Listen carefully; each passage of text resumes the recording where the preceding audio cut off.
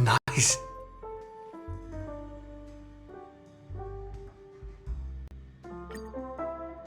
As I bid farewell to Hycealans at the vortex of Genesis, I noticed something strange about the time core flame, and was immediately dragged into the Memoria tide of oblivion by Evernight.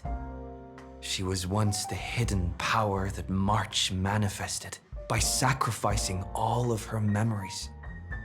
Yet now, she harbors other secret intentions in her heart.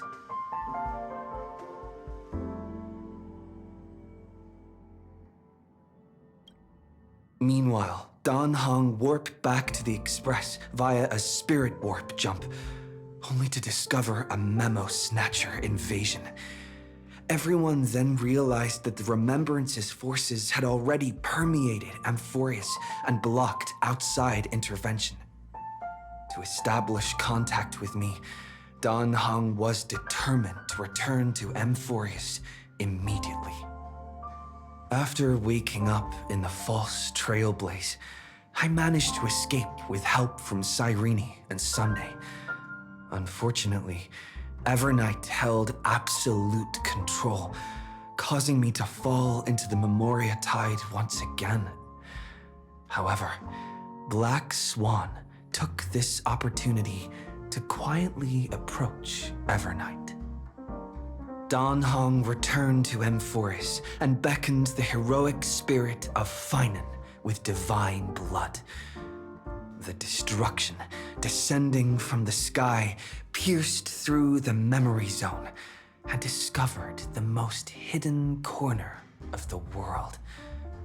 In pursuit of Evernight, Dan Heng arrived at the charred remnants of the Grove of Epiphany. In the grove, where memories became disjointed, Dan Heng received help from Dan Feng within his memories and completed his farewell to the past. In their final moments, the Earth demigod Terravox entrusted all their duty and authority to Dan Heng. With this newfound strength, Dan Heng found me within the Memoria tide. We entered the Nameless Titan's great tomb and discovered its secret. Across the 30 million cycles of eternal recurrence, every incarnation of Cyrene had come here, offering herself to the Remembrance. With Black Swan's help, we found Evernight in the depths of the Great Tomb. When all seemed lost, Evernight was captured by March's camera and trapped within the memory maze of Ides Elysiae. After several lengthy conversations, March and Evernight reached an agreement. Evernight returned March's memories, and March finally returned to our side. With every condition for the Era Nova fulfilled, we returned to the depths of the Great Tomb and initiated the final Era Nova ceremony.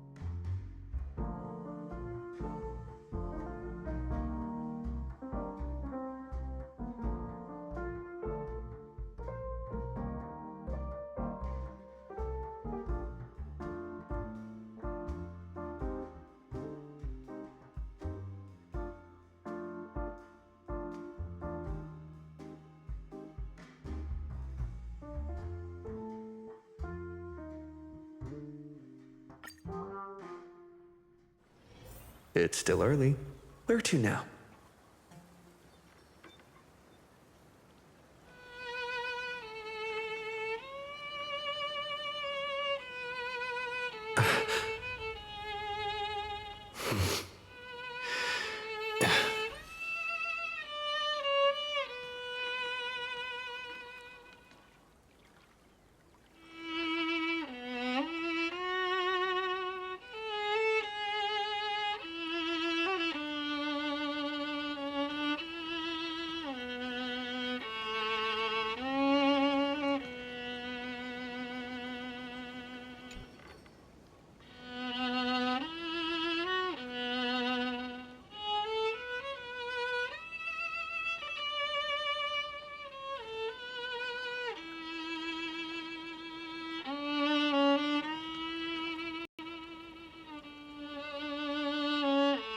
This view hasn't changed at all, has it?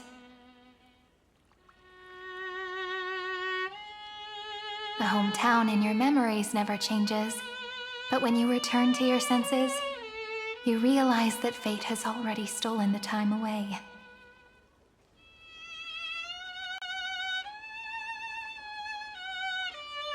Welcome to the Trail of Genesis, friend.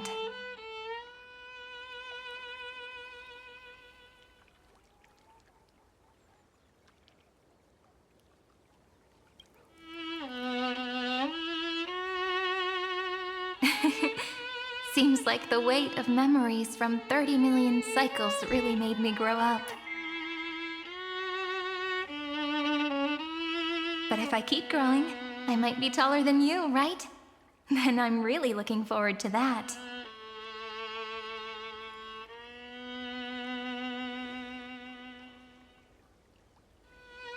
Before you arrived, I kept wondering, beyond the veil of Id Silicii, what kind of Amphorius is being born?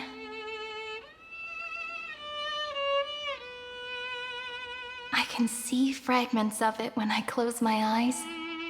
The friends who walked alongside us have all moved on toward their respective destinies. Some turning into pillars of the world, supporting the sky and the ocean. Others sowing reason, laying down the law, and with gentle hands lifting newborns into the light. Death and strife are no longer feared by people, and trickery has become the innocent games of children. All beings living ordinary and peaceful lives, within the net woven by romance and passage. There's no black tide, no flame chase, and no destruction. The world on the other side of the sea is one bathed in sunlight.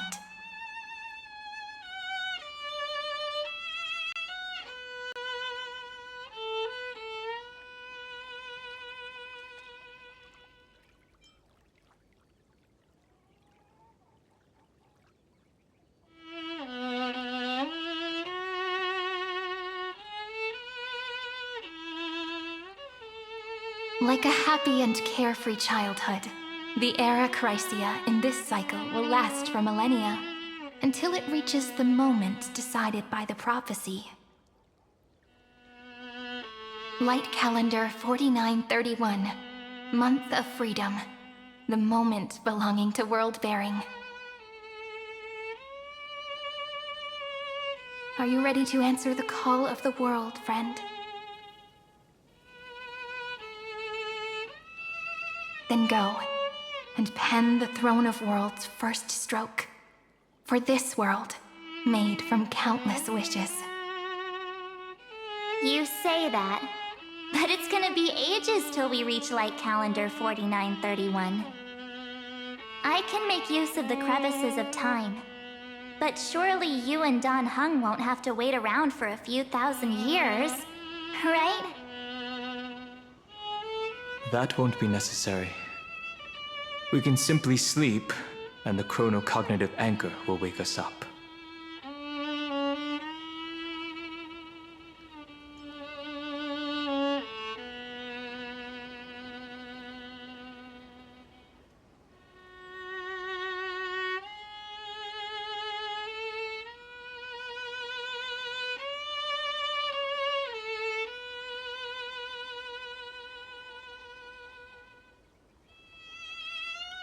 We've both become a part of the New World ages ago.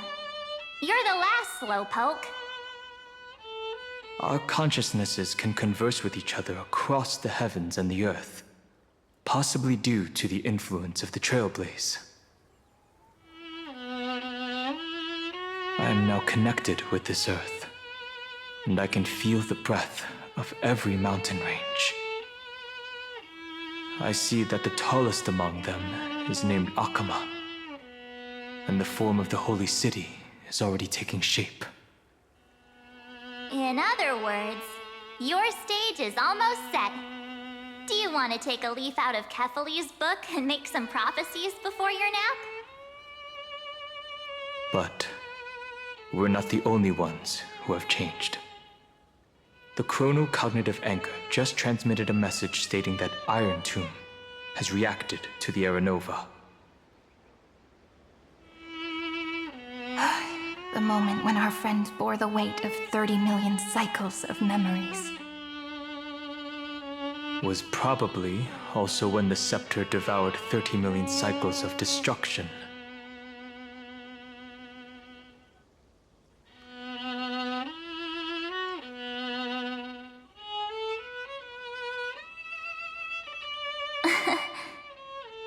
You know, you don't have to shoulder this world all on your own.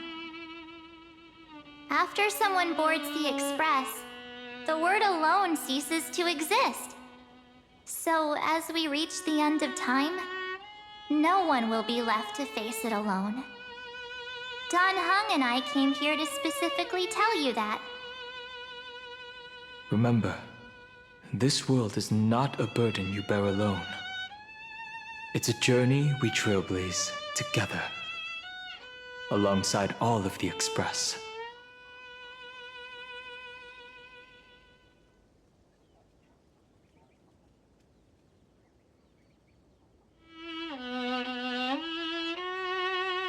All right.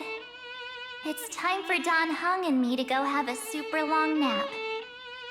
Look after this world for us.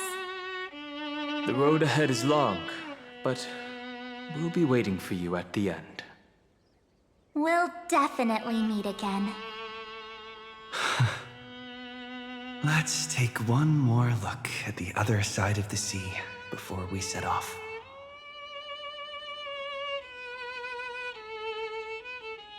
Heidi's Elysiae is so quiet. Just like how I remember. Here we are once more.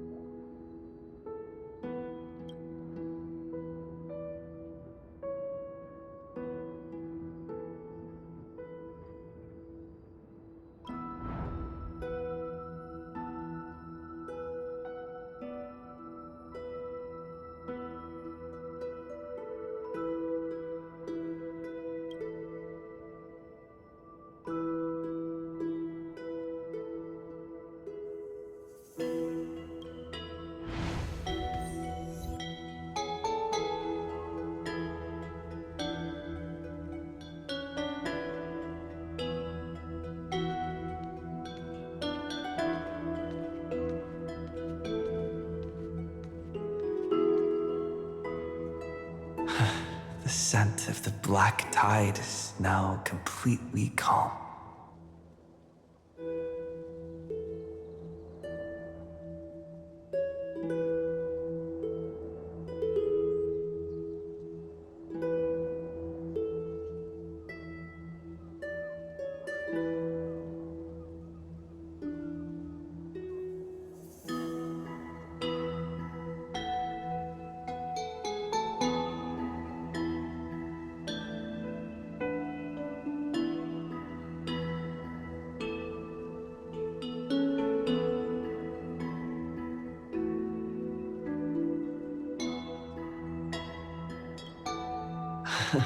At last, the starting point of 30 million cycles is finally welcomed. Its first end. And the final end, right? I can't hear his voice. There are no flowers there that bloom for him, nor is there a star that is his. Finan is the only one who didn't reach the new world.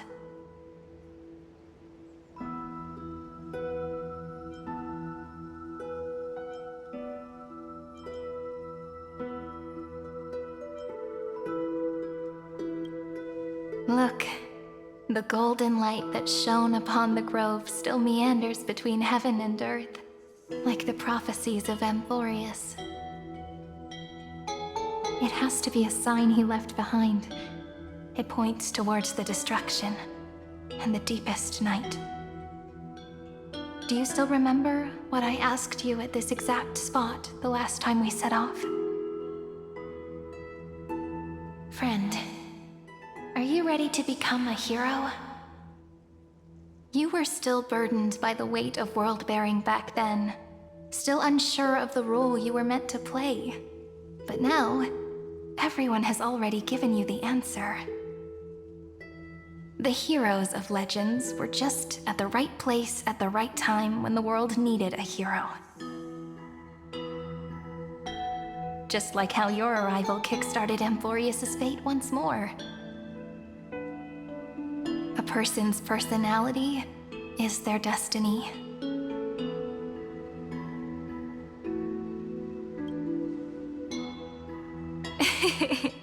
We best. Those are such beautiful words.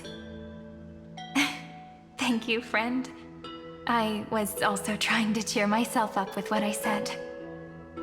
After all, before we truly compose the end of this story, I must also pluck up the courage to head off with you.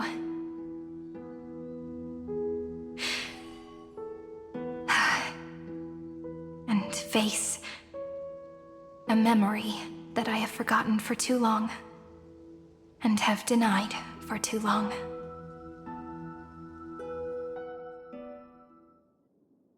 It's so dark. What is this place? The great tomb of the nameless Titan. The deepest recesses of memory. Also, the place where Cyrene was born.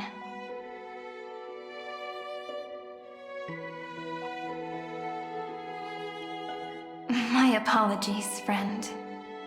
The more memories I got back along the way, the more I felt that something wasn't right.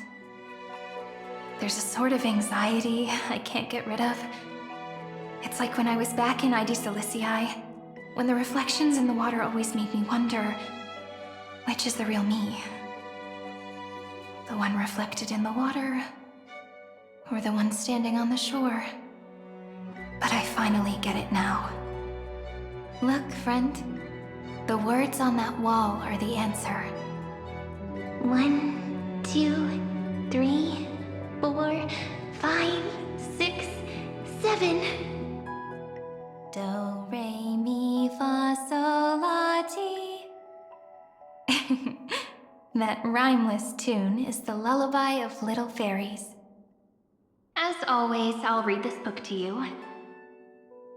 That way it won't just be Cyrene's memories alone. I've always thought that I was the narrator of the Flame Chase journey. But as it turns out, The narrator is also the most devoted audience.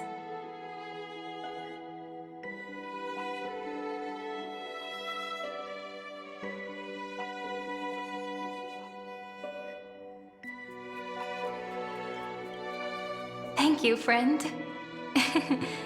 Every single Sireni. That sounds so kind. At the moment of Era Nova, I was enveloped by the texture of memories. Within the glistening crystal, I saw countless Sirenes, as well as countless versions of me. This is the final puzzle piece of the memories.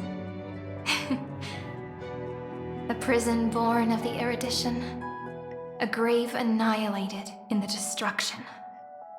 That unknown solitary god, the 13th Titan who should not exist. The first new spore, the Demiurge, is right here.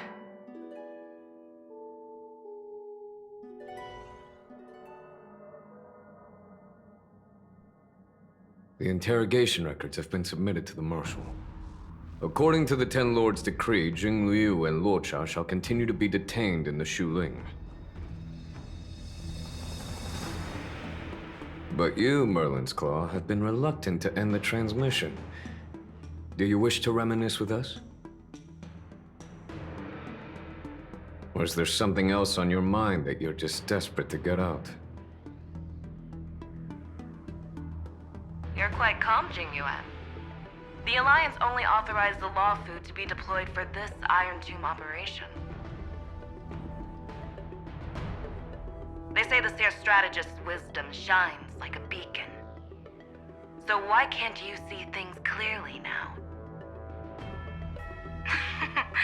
Look who's talking. I didn't vote against it, did I? But, with enemies all around us, even a child knows the Marshal needs to keep a few Xianzhou ships in reserve, just in case. Whoever volunteers first is the Marshal's pick. If you have to ask, I'd say this outcome plays right into Jing Yuan's hands. Like it or not, there's no way we're letting the Law Fu take the lead in this battle. Oh my, Merlin's Claw. Are you afraid the Law Fu might steal the Yao Qing's glory? This is no laughing matter. Between the Stellaron crisis and the War Dance ceremony, though the chaos has settled, rumors and speculation are only growing by the day. With Elder Huaiyan around, those with ulterior motives won't be able to stir up any trouble. But once the Law Fu gets their hands on the Golden Blood, it'll be a whole different story. With the kind of person Jing Liu is, and her connection to you, I don't need to spell it out. There are countless ways this could be spun into something bigger. You're overthinking it, General Fei Shao. When I volunteered for this task, I never expected unanimous support from the Alliance anyway. The Law Fu will seize the Golden Blood and redeem itself. That'll be our first win. Then we'll leverage this Golden Blood in the negotiations. Our second win. These two wins for the Law Fu will make all three of us happy. And that'll be our third win. Look, if this were a Skyfaring Commission deal, we'd be rolling in money, wouldn't we? Maybe the Divine Foresight should change his name to the Optimistic General instead. With the Decalite Reflection Barrier, the Yuchuan must understand even more than the Law Fu how significant this battle is. Amphorius' karma has vanished from the matrix of prescience. What omen does General Yao Guang see in this anomaly? In divination studies, we call this an empty fortune. It involves the eons and is thus beyond what mere mortals can comprehend. Your explanation isn't any clearer than Lady Fu's. Come on. How hard is it to understand understand the word uncertainty. For the Cobalt Head, the emergence of Iron Tomb is a calculated instant, but I don't believe they will just sit around waiting for death. And for the powers of the cosmos, this is their chance at survival, and the key to turning the tide of interstellar affairs. The Astral Express is leading the formation of an allied force, but I can see each faction has its own hidden agenda. There are even divisions within the Alliance, so it's not that hard to imagine how the other factions will react. Jing Yuan, I crossed paths with Selenova's Legion at the Battle of Sedunirama Star Cluster. Be extremely careful. The Ruined Legion's troops and weaponry are nothing to write home about. The IPC, even the denizens of Abundance, could take them on. However, while Void Rangers are just expendable pawns of the destruction, the real wild cards are... The Lord Ravagers. Indeed. Nanook's emanators are also their weapons to burn down the paths. I'm afraid conventional military tactics and strategies will be useless against them. My assessment is this. To completely take down a Ravager, we must disregard casualties and spare no cost. My only fear is one wrong move, and the Lawfu will fall into Fintilia's trap again, inching ever closer to destruction. Doubt is exactly the demon she wants to plant in our hearts. Do you still remember the beginning of the Alliance Oath? To save future generations from war and bloody dispute. The Rainbow's arrows have always aimed at any force that threatens the cosmos. Now that the Trailblaze walks alongside us, the Cloud Knights shall keep their oath as they have from the beginning. I just hope those on the front line will remain safe.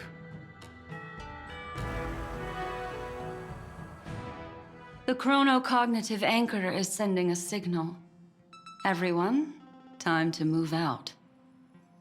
Did he and the others make it? Let me go over the plan one more time just in case.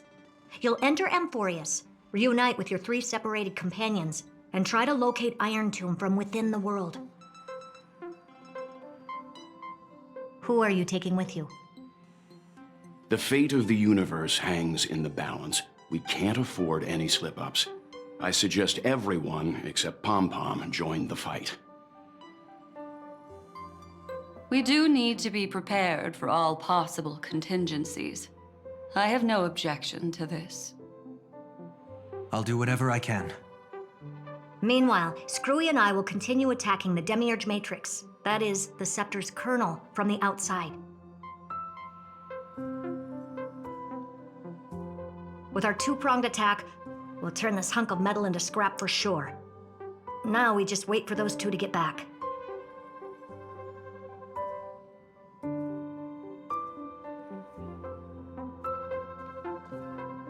Oh, and just like that, they're here. Sorry to keep you waiting. With Planet Screwlum's help, the formation of the Cosmic Alliance to counter Iron Tomb is progressing smoothly. The cosmos has set its sights on Amphorius, and now it's just waiting for the first shot. Well then, let's not waste any more time, Fourth Mirror. It's my time to shine! Finally off the bench! Initiating thought refraction. Please read the safety protocols carefully. Huh? Just kidding! I've already checked the agreement box for everyone. And now, destination? Amphorius! 3, 2, 1, launch!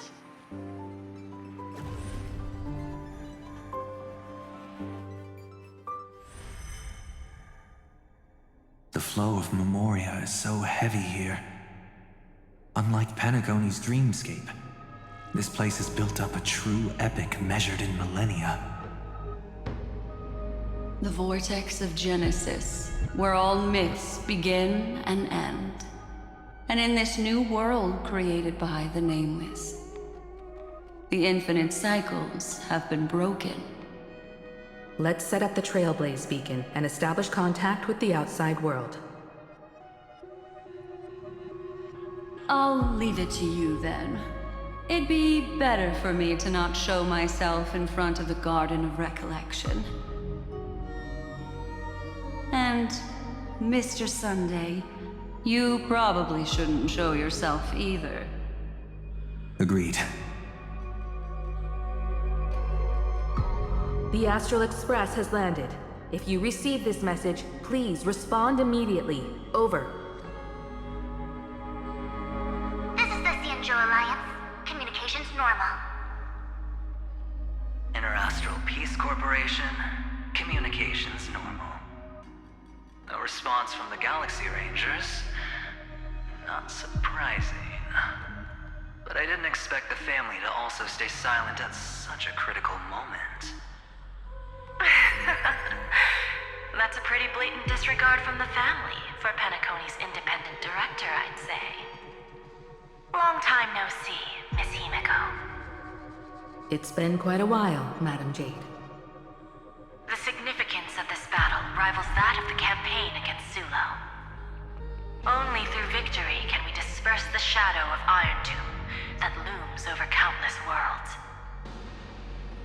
The 10 Stonehearts shall spare no effort for such a grand mission for the preservation. Madam Jade led the Intelligentsia Guild in conducting specialized research on Iron Tomb's past activities. The bad news is, the collapse of the Erudition won't just affect inorganic beings. You mean Iron Tomb can infect organic life, too? Well, the good news is, so far, its effects on organic life are under control. The infection progresses slowly, and the resulting neuropathy is non-fatal. In any case, the IPC can guarantee targeted vaccine coverage within 48 system hours in all star zones within the medical system. What about other star zones? At a time like this, are the followers of the Firmament Arbiter still trying to make a profit? I remember you, Master Diviner. Your performance during the Third Denizens of Abundance War was quite impressive. Please rest assured, all worlds can purchase vaccines from the IPC with a humanitarian discount. That's the current policy at the very least. But, if the Cianjo Alliance is willing to assist with the IPC's assets in Epsilon and other star systems, we'll have more cards to play when reiterating to the board the necessity of deep cooperation. It makes sense, since Interastral Peace Entertainment's headquarters is in Epsilon. But why are all the other worlds on the list? Places that the Elation has visited? Think of it as a long-term investment. Please understand that everyone at Pierpoint is swamped with Iron Tomb work, especially the marketing development department. At this rate, even the 10 Stonehearts can only do so much. Having some assistance from the Alliance would surely benefit the entire cosmos. Wouldn't you agree? As an old Cianjo saying goes, those who succeed should help all under heaven. Your proposal must be decided on by the 7 Arbiter Generals. I'm just here to relay the message. In times of crisis, the Luofu will not hesitate to help those in need. However, the prerequisite is that the IPC must unconditionally assist the Alliance with emergency rescue operations in the disaster area. Of course. In the name of preservation, all for the Amber Lord. Thank you all for your selfless dedication.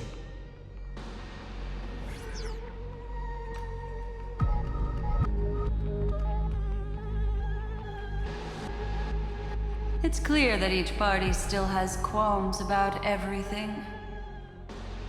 The clash between destruction and erudition isn't just about the fate of the cosmos.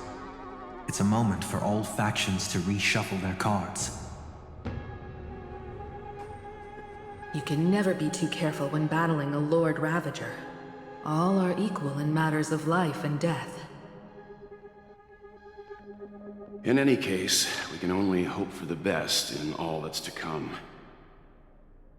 It's about time we dive into the vortex and see what Amphorius looks like on the inside. I wonder where he and the others are right now.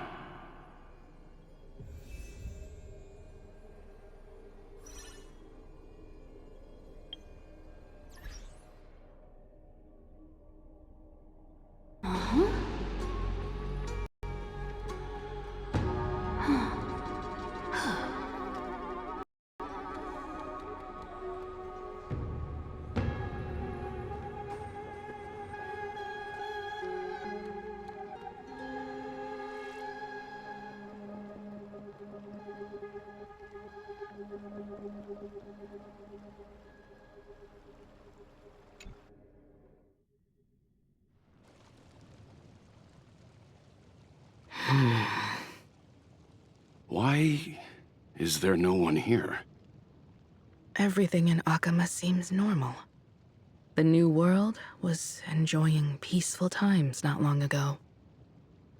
It seems it was even more recent than not long ago, Miss Himiko. The fruit on the table is freshly cut, and the bath temperature is just right. The remembrance tells me this place was bustling with people just moments ago. It's as if everyone vanished in an instant. Could this be Xandar's doing? Unlikely. He's still under the surveillance of those two geniuses. Could it be some kind of local custom? A custom that makes an entire city fall silent in an instant. Pardon my frankness, Mr. Yang, but this reminds me of some unsettling rumors about the Harmony. Complete silence. Is often the prelude to divine intervention. Everyone, be careful. Here they come! Here they come! The Nameless of the Astral Express! Evernight? How is this possible? She was already...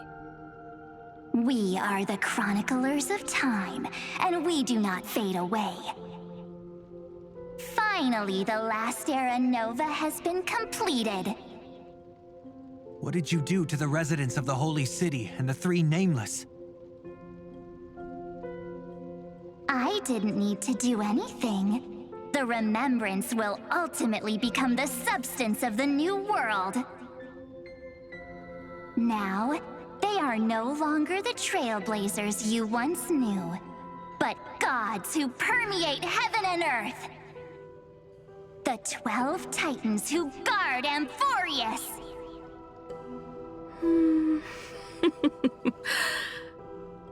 Stop fooling around, March. Come on out.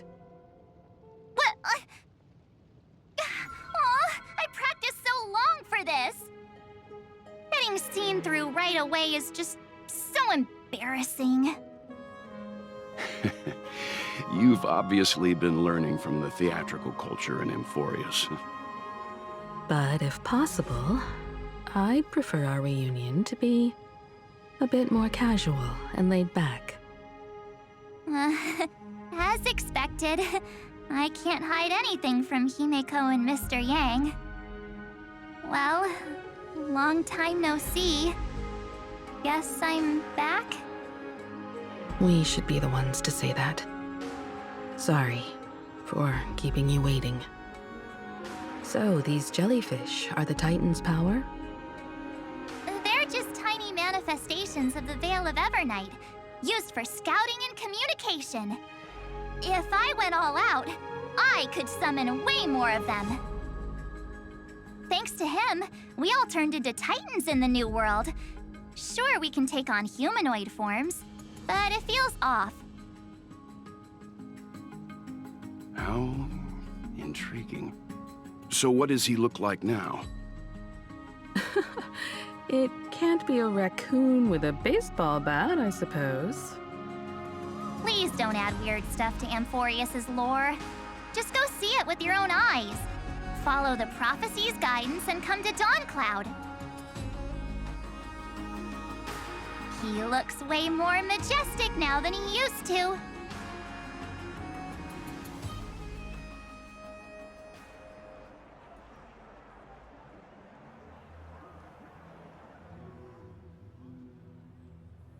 Unbelievable. All the residents of the Holy City have gathered here. This isn't just a gathering. It's a pilgrimage. The people's expressions are resolute, devout, as if waiting for a miracle to descend.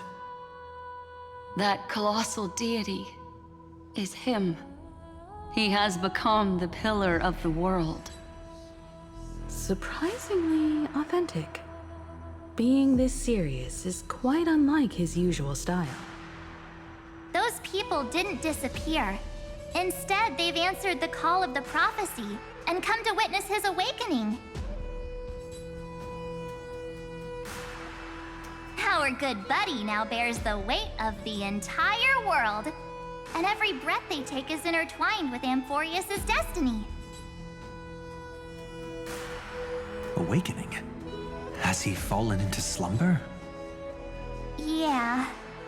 After all, with such a huge time dilation between inside and outside the scepter, this was the only way we could wait for everyone. Time watches over yesterday. Earth guards today. And when the Trailblaze steps into Amphorius once more, the slumbering deliverer shall awaken. And then, bring the prophecy of tomorrow to this world. Come on, everyone. Let's get closer to him. Watch how the world-bearing prophecy changes this world.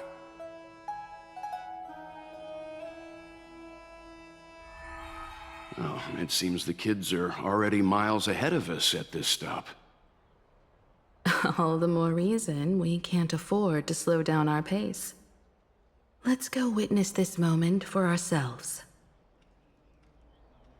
Majestic. Speaking of which, I once caught a glimpse in Sleepyhead's memory of him transformed into a towering Tatalov. Could it be? Praise be. No way! That was just a nice dreamscape. At least nice for him. If they are the throne of worlds who bears the weight of this world, perhaps they could guide a traveler still wandering among the stars. Hey, since when did you get all pious? His advice sounds pretty silly sometimes, you know. The so-called fool and the world are merely a step apart. Teaching us to find erudition amidst imperfection. Praise be to Electra, chalice of plenty, for you brew the ocean into sweet wine, dispelling nihility with every toast at the feast. Praise be to Hyacinthia, eye of twilight, for the rainbow you cast turns the light of both dawn and dusk into the glimmer of preservation. Praise be to Cyphera, coin of whimsy, for your every flip reflects the possibilities of destiny, letting the tricks of elation illuminate the path to dawn. Praise be to Minimos, lance of fury, for you are the strife that pierces through hatred and cruelty, and the eternal glory of the hunt.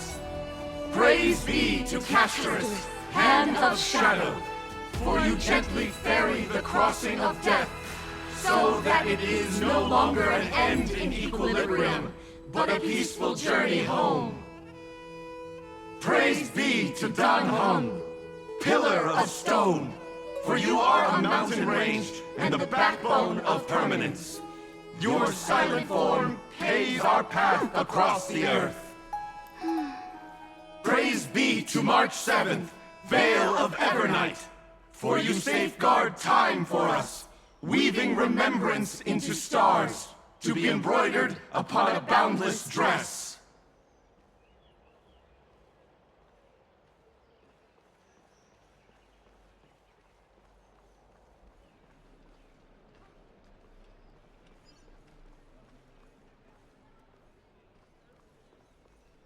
Ha-ha!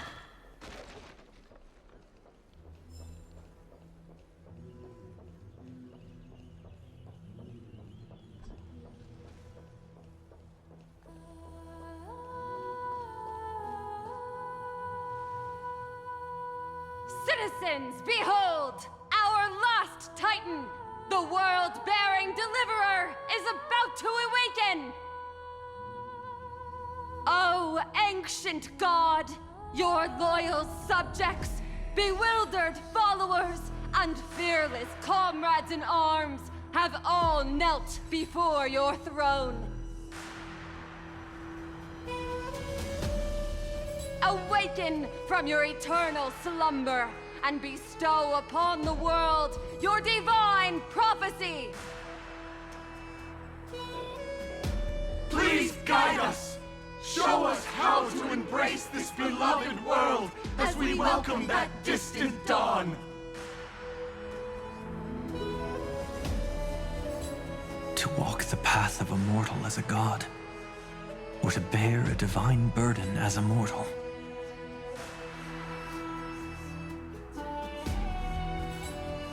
He will give us the answer.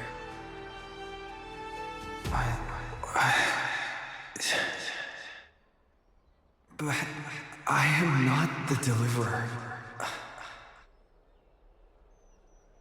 Rather, I am the Nameless, who dwells among mortals.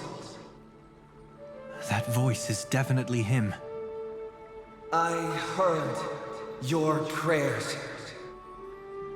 The core flames flickered and dimmed, and the age of the gods met its end. So flow, golden blood, flow. I'll bestow it upon you, returning it to the true masters of this world.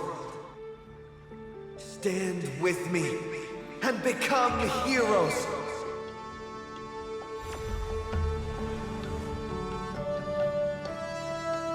Is this? Yes, it's the miracle he brought to Amphorius. Of course, it would manifest in the form of the Trailblaze. Golden blood, raining down like a storm. The prophecy has descended, and the Titan commands us not to be supplicants, but to become heroes of rebellion, to face that destined calamity, the destruction, head on. The prophecy of the Deliverer means nothing to me now. It belongs in the hands of someone far more fitting. Someone like all of you. In the name of Kazlana, let us depart and march towards the light. It's neither protection nor salvation.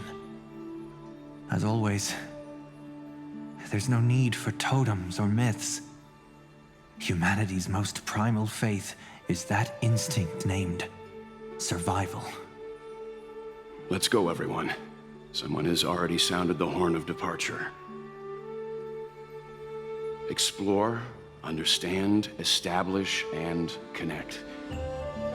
Together, let us blaze a trail for the destiny of this world.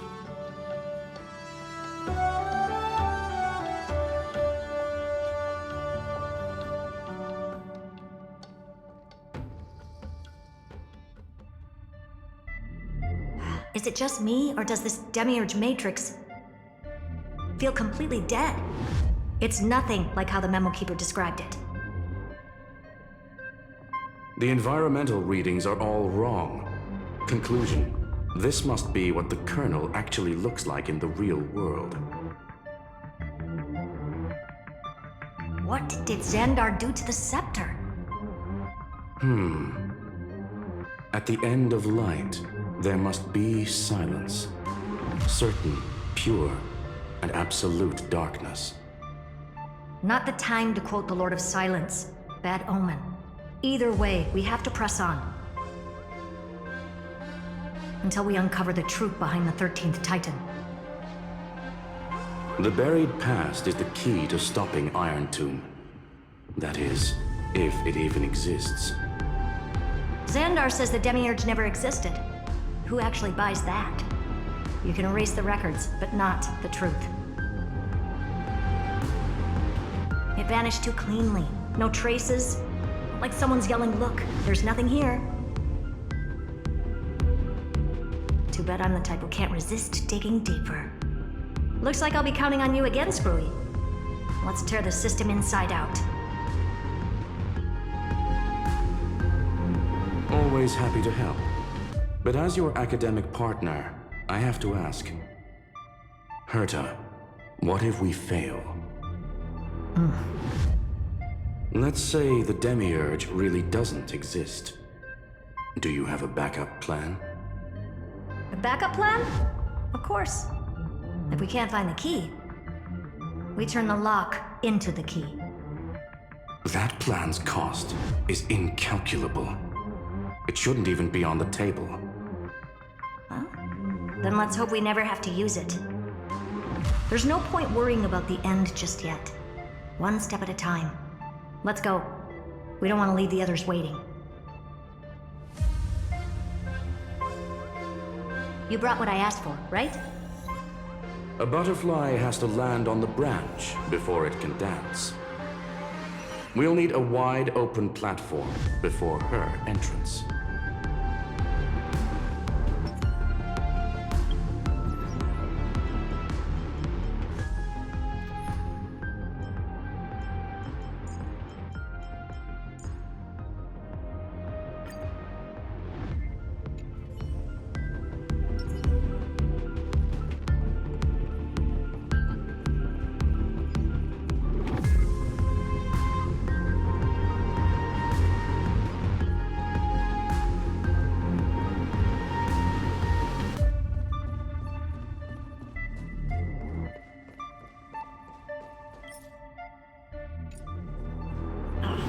Just use that thing over there, Zag.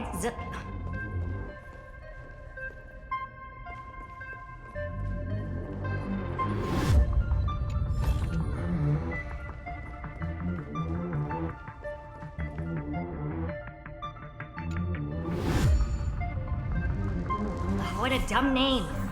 I hereby rename it Herta's Big Hand.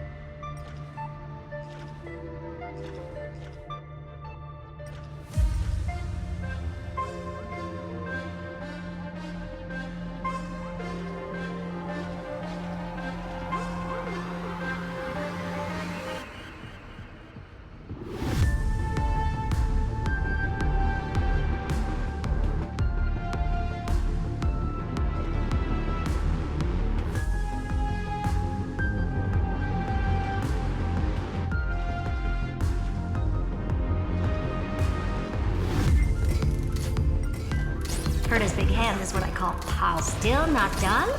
Finally. All set. Time for your precious treasure to make its debut. Of course. Just give me a second. Target initialized. With these wings, hacking should be much more efficient.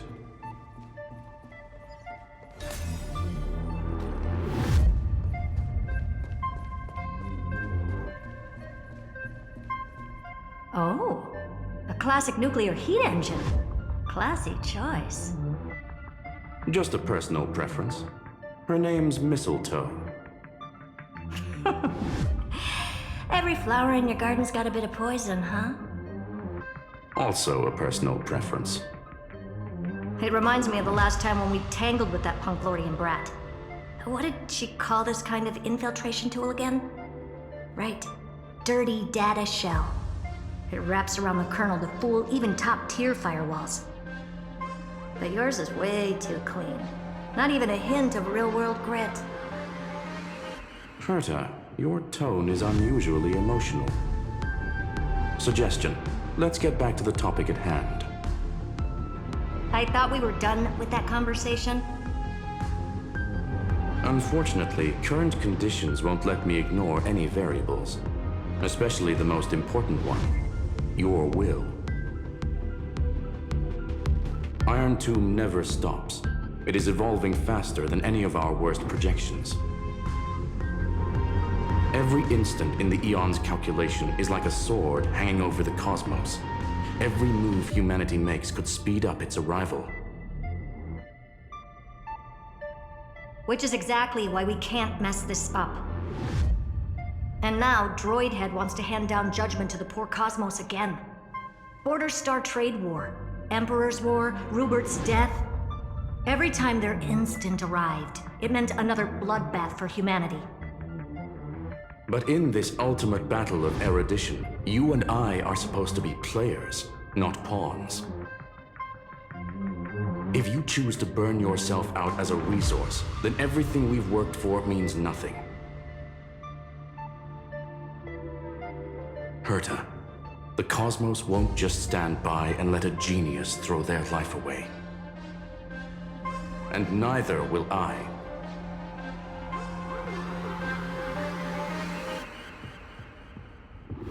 No need to kill the mood. This is why we're here, isn't it?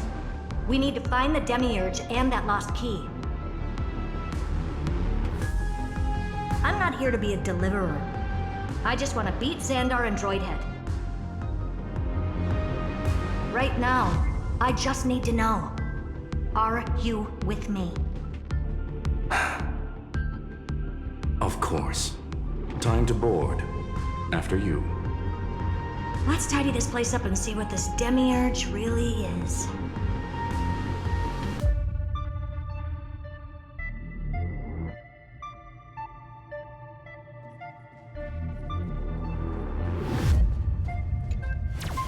Let's hope this Matrix is better organized than the Emperor's junkyard of a birthplace.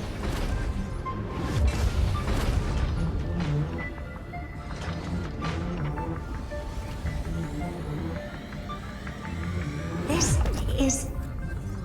Herta, this whole space has been completely tainted by some kind of energy. I see it too. We're thinking the same thing. Xandar, how could you go this far? Turning your own graveyard into this. What's that up ahead? Katorzane algebraic expressions.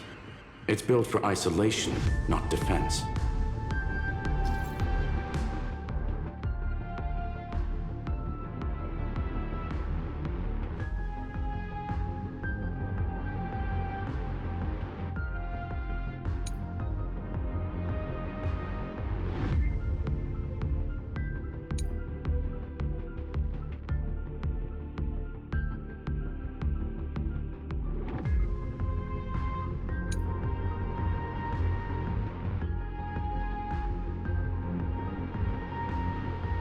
So basically, the door to the tomb, right? Great. Let's find the handle. I'm picking up multiple independent signals with the same data structure as the barrier. Projection. We can hack the terminal, reverse the computation, and turn it into an attack. Classic move. Use their own systems against them. Take us to the nearest one.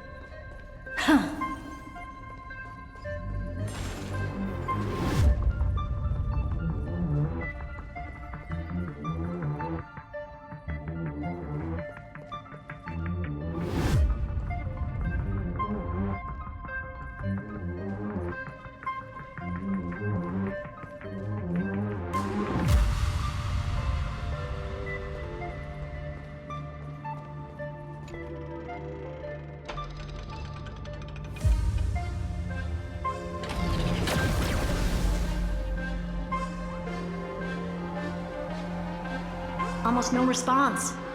Just as I feared. Not promising.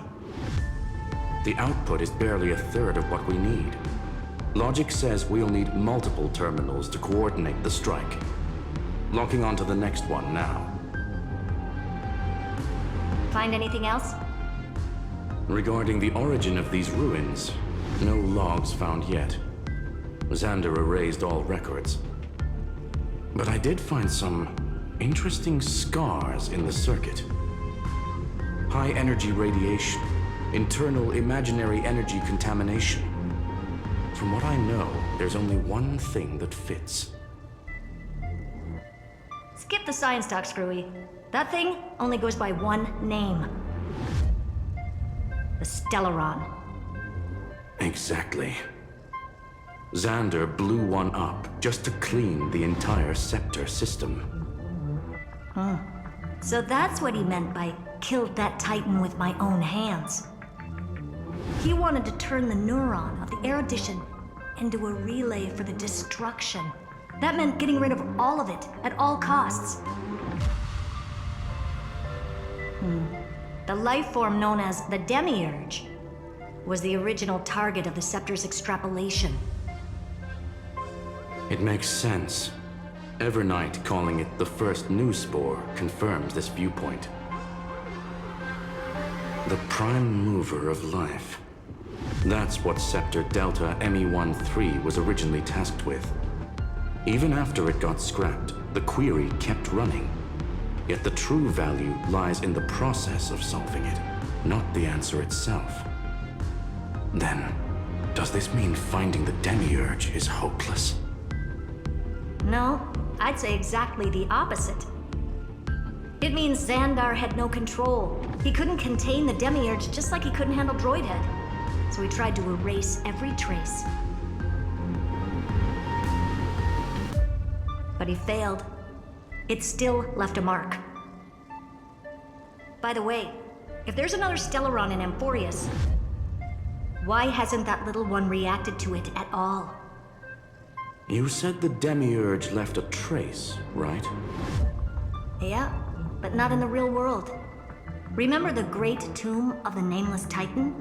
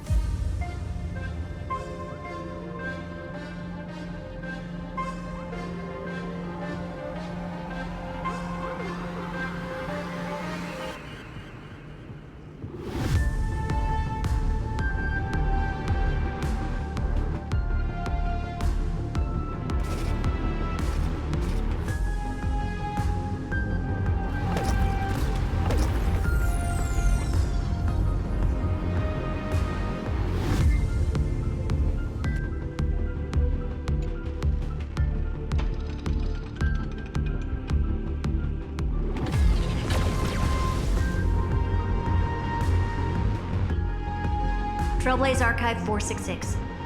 The data from Filiate 093 clearly indicates that the Demiurge did in fact enter Amphorius's extrapolation.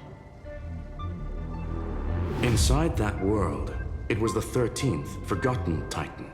The one who listened to 30 million cycles of Cyrene's memory. But Evernight said the opposite. She believed that tomb was empty from the start. The Nameless Titan never existed. The so-called listener was just a trap set by the Remembrance to steal the scepter. A mimetic entity full of theatrics. How much of what she's saying is true? Would an Eon really speak in circles like this? I doubt it. The Remembrance's behavior is certainly odd, but her assessment aligns with our current reality.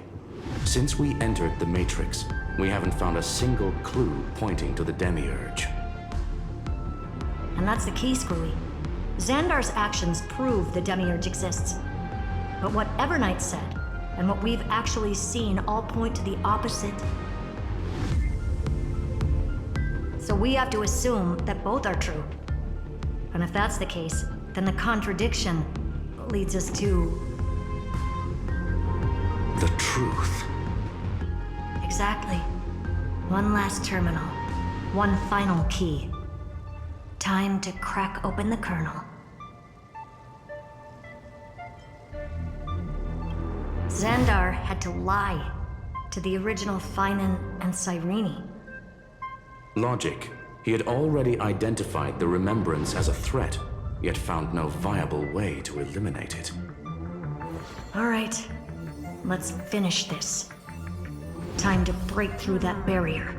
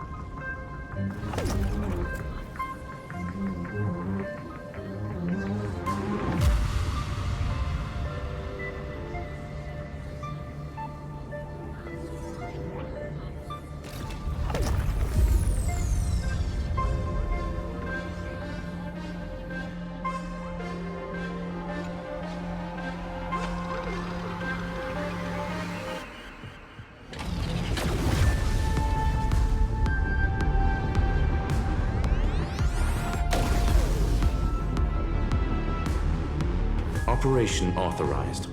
Path energy readings. The erudition declining. The destruction surging. The remembrance 0. What's going on? Cause unknown. They left no discernible trace within the real Matrix. That shouldn't be possible.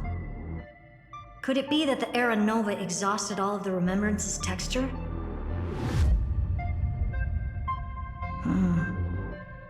Log it for now. The dots still aren't connecting.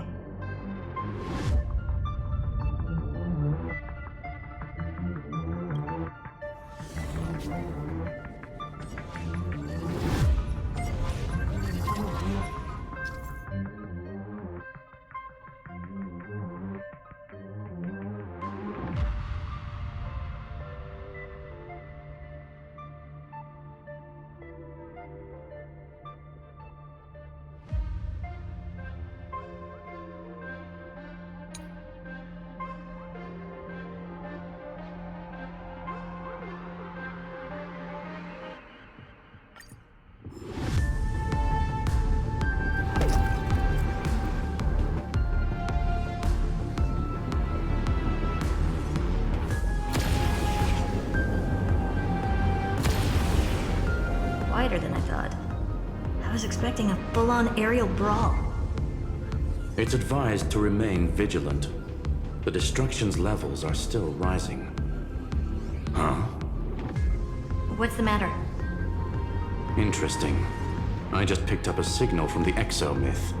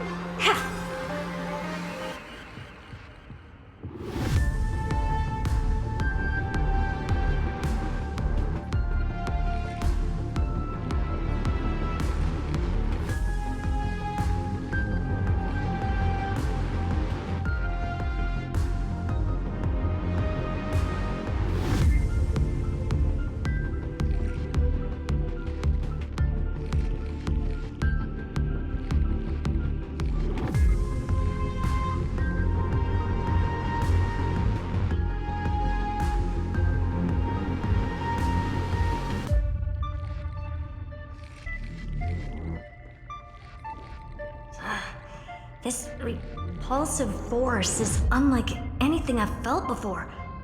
Is this the place? Correct. Judging by its defensive properties, this is the entrance to the exomyth. I didn't expect that. Who builds a lab in the middle of digital rubble? Then again, never doubt a dead man's resolve. So how's our dearly departed doing? He severed part of his neural pathways to break free from Lord Anaxagoras' control. But that also triggered the failsafe I set. Conclusion: Xander has lost all combat functionality and is no longer capable of action. So now he's a specter, literally. Screwy, can you open a path? Just to be sure, I want to see this for myself. Might as well drop in and say hi to the real him. Logic. Scanning his inspiration circuit might help us track down the Demiurge. Exactly. His brain is the crime scene. There's no way it's spotless. But it could be a trap. That's why you're here. 2-on-1. We've never lost a matchup.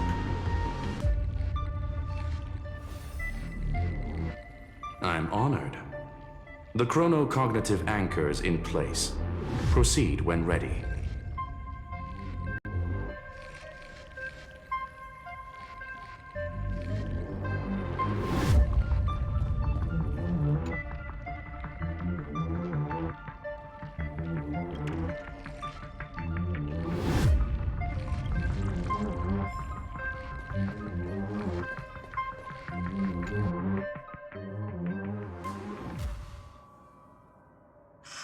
I knew it.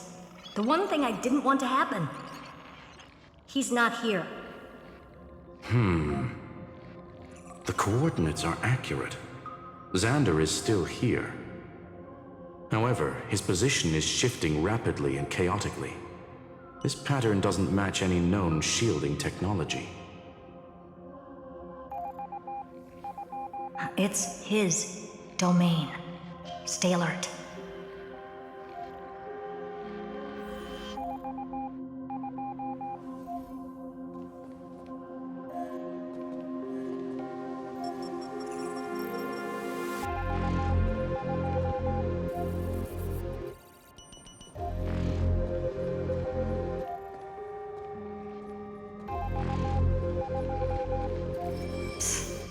Cheap trick.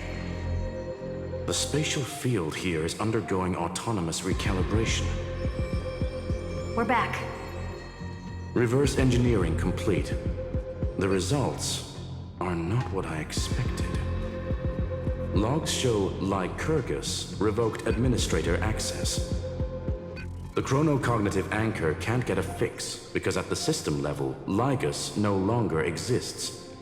Our navigation target is a null set. So he's stopped resisting?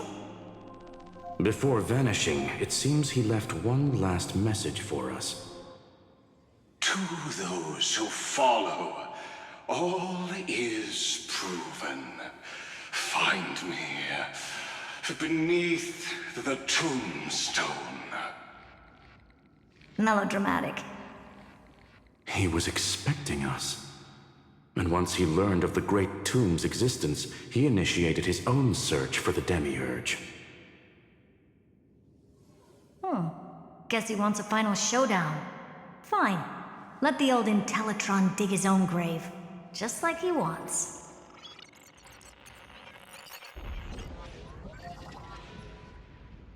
To be in the purest light is to be in the purest dark. Nothing exists there. The Scepter's mainframe.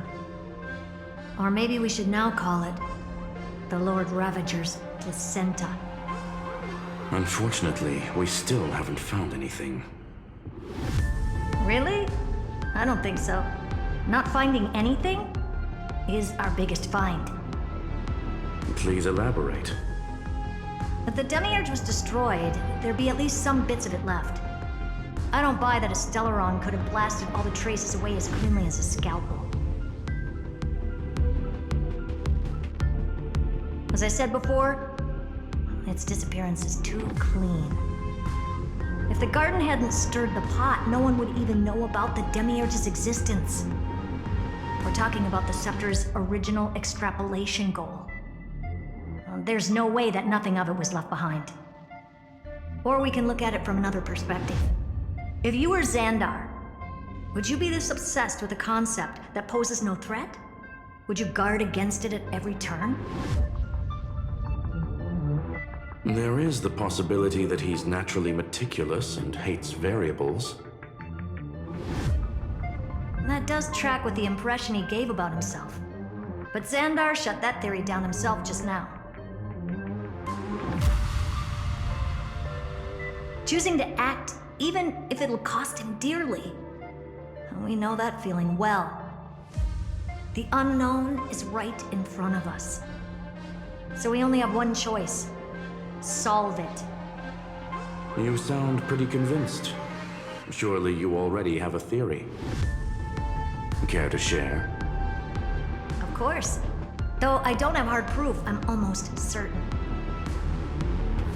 that the Demiurge has been in everyone's plain sight all this time. Yet, they were mistaken for someone else. That'd make the most sense. Why was the room empty? Because the person locked in there had run away ages ago. But they were weak and small and had no presence whatsoever. Even the old Intellitron didn't notice them. Which also means there's a high chance that their powers are minuscule and cannot alter the outcome of the battle at all.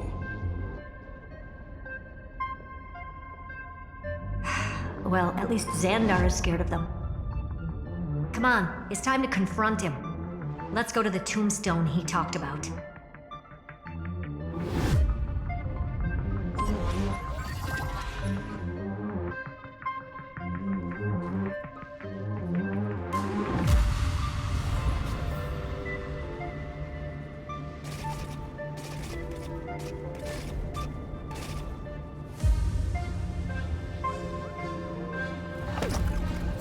What a mess.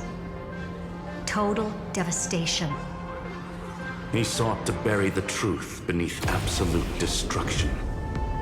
Logically sound, but ruthlessly extreme. Still, slim chances doesn't mean no chances. I've hunted down a single grain of sand in the universe before. This won't stop me. Calculation results. Your backup plan has a success rate infinitesimally close to 0. Which means it could work, no? This is the place below the tombstone.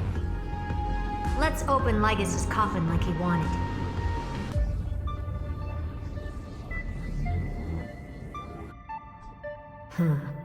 Looks like you were right.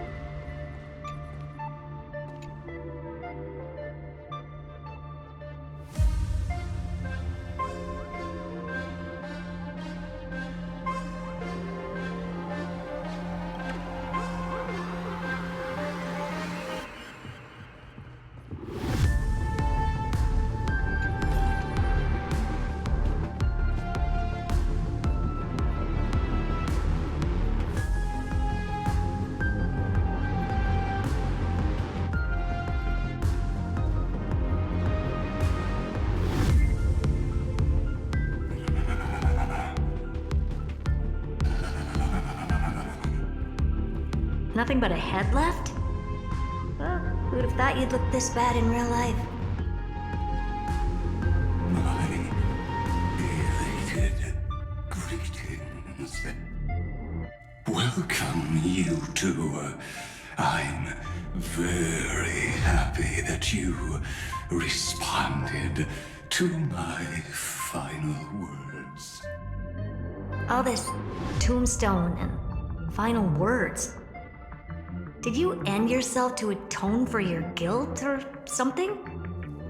Iron Tomb is already powerful enough. I just need to wait. I remain here only to share the joy of discovery, and also to congratulate you two on reaching the same conclusion as me. The conclusion regarding the truth of Amphorius's heart. End this charade already. That Amphorius's heart you're talking about is just a missing demiurge. And its corresponding vessel was this very scepter. You interfered with the experiment and made Amphorius's body into a hollow shell, all to incubate Iron Tomb within.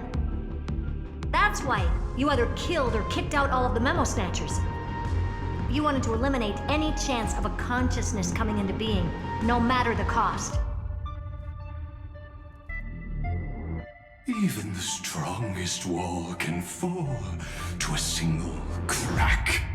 The memory of betrayal has been etched into my heart, and I will never show mercy.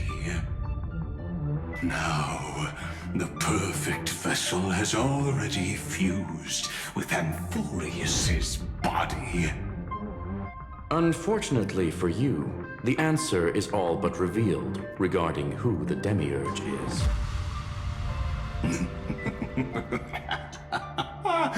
Then let us share the joy of discovering the truth.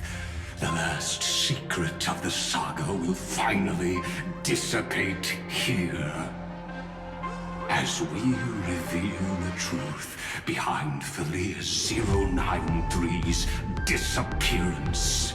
A lie by the remembrance.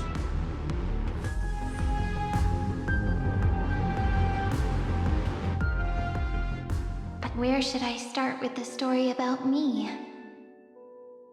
From the beginning of the universe? Just kidding. That would be too much. I just want to tell a teeny story.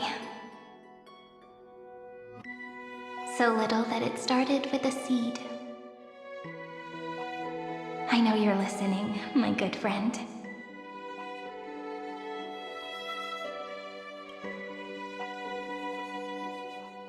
The god in my dream told me that the world sprouted from a seed. It grew into a great tree named Amphorius, and time became its branches and leaves, basking in the light. What a coincidence. Dappled light coming through the leaves is my first memory as well. On a very ordinary early morning, beneath the village's biggest tree, the daughter of Id Silicii quietly came into this world. What a moving opening. A loud cry was the first gift the child gave to the world. The prophecy's fulfilled, the villagers say. This child is a gift from the Titans. Pink hair and sharp ears, she was born to be the priest of time. The Titans also gave their blessings. You shall fade when the flowers bloom, for every ending begets a beginning. Flowers will bloom and wilt. What a beautiful ending. This page concluded in laughter. Cry loud, child. Let your voice reach Orynyx.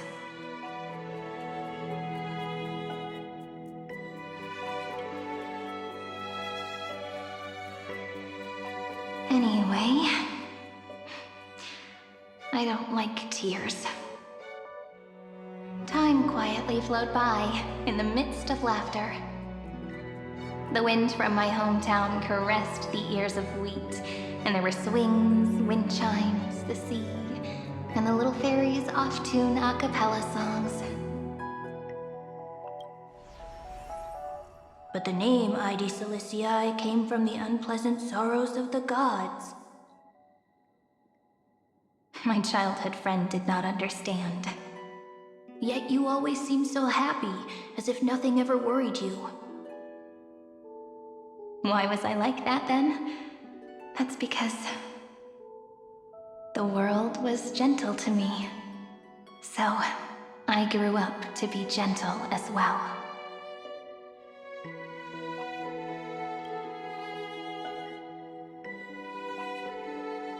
But fate was fickle, and it urged the child to grow up. To grow bigger and bigger, and to go to places far away. Just like how the crumbling world could not preserve an eternal hometown. Just as the ballad Blown on the Breeze says, losses are a constant on the flame chase journey. Oh, whose ears are pricked up now? You definitely heard me say this sentence a lot of times. You know that the story starts to deviate from here. Aren't you looking forward to it? Then let's get started. The hero's journey crosses through the long night, through tears and laughter, and once again heads towards tomorrow.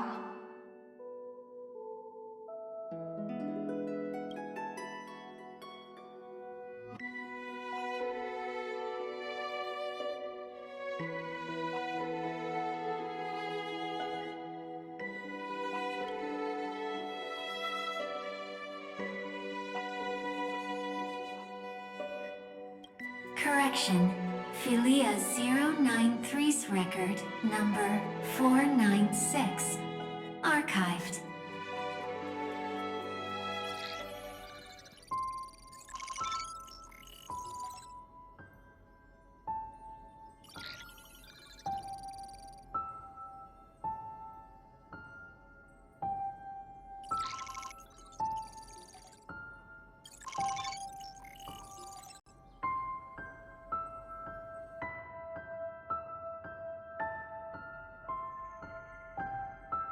Hi, miss me yet?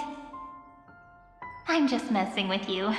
This is the first time I have met you. And it looks like it'll also be the last. Philia 093. Since we don't have all day, let's get started, shall we? As always, I'll read this book to you. That way it won't just be Cyrene's memories alone. Where should I start this time? Let me see. Formatting complete. 093. Size. Grayscale. Proportions. Threshold. Outputting analysis result. Philia 093 equals peach.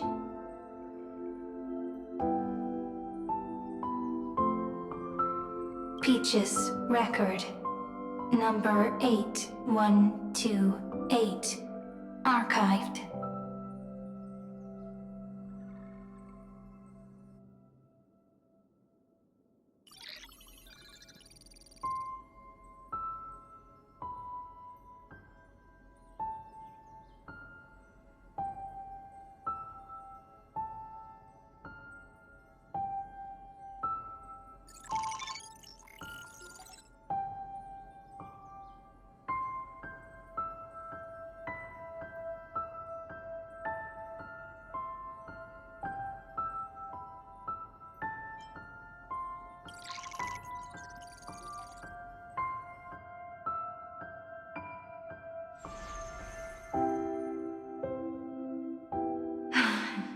Look, what a magnificent sight. Comment. Peach. Even this classical world contains a futuristic palace like this. Would ID Silicii end up looking like this after a few thousand years? Conclusion. It won't. I want to share a story with you this time. I saw a little nymph on my way here. It was on a fallen wheat stalk, and it glowed under the sunlight. It was incredible. I forgot all my pains at that moment and just stared at it in a trance. Record. Peach is on the ground. I wonder, did every Cyrene in the past feel that the nymph was beautiful? Would they also have recorded that scene into the Eternal Saga? So, could you give me more time, please? I want to leave behind more memories for the future. Formatting complete. Bye, Peach.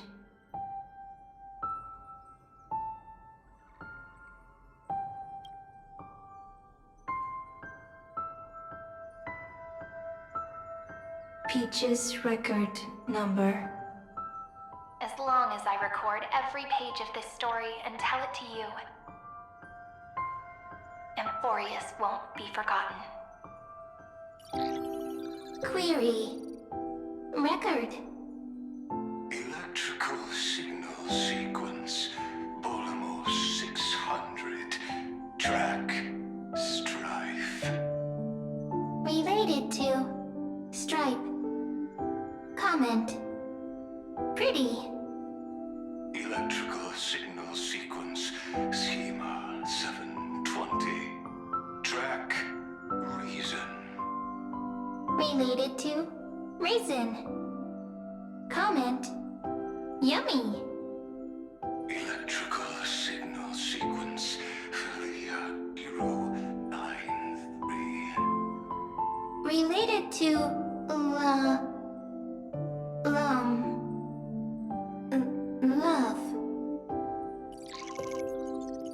Comment. Peach equals love?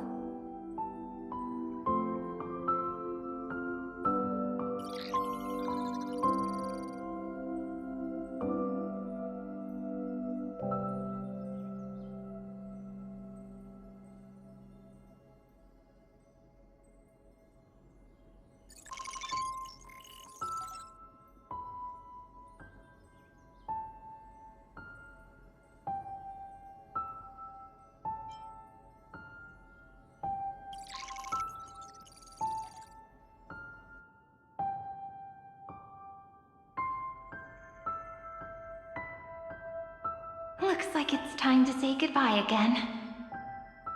Bye, Peach. Before I was even aware of it, this book had already recorded too many emotions. Every page has become so heavy. Conclusion. Books are meant to be light, not heavy. I have started to feel uneasy whenever I take it into my hands. Peach, uneasy? Formatting progress 94.423%. How many times has it been? It faithfully fulfills its duty, activating and formatting. Conclusion. Progress. Bad. If I can only write the same ending every time I lift my pen, then is this weighty saga just an overly naive dream? Peach, scared. Formatting progress 96.024%. Peach, don't cry. Process error. Analyzing. Process error. Analyzing. Comment. I'm here. Process error. Analyzing. Really? Are you encouraging me? Peach. Happy. Thank you. I'm sorry for making you see this embarrassing side of me.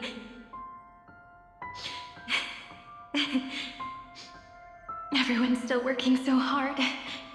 If I'm the only one who's crying, that wouldn't be romantic at all, would it? Record. Peach doesn't like tears. I'm suddenly reminded of my childhood for some reason. When I was hiding alone next to the tree hollow and wiping my tears away. A little fairy popped out, just like how you did. It had long ears and fluffy paws, and it pulled me into the tree hollow, where, to my surprise, was a forest. Let me tell you the story of the Membrance Maze. A group of cute little friends live in ID Silicii's forests. Their names can be connected into a song. 1, 2, 3, 4, 5, 6, 7. Do, re, mi, fa, sol, la, ti. Formatting complete. Bye, Peach. Note. Little Peach, crying alone. Little fairies, friends. Save.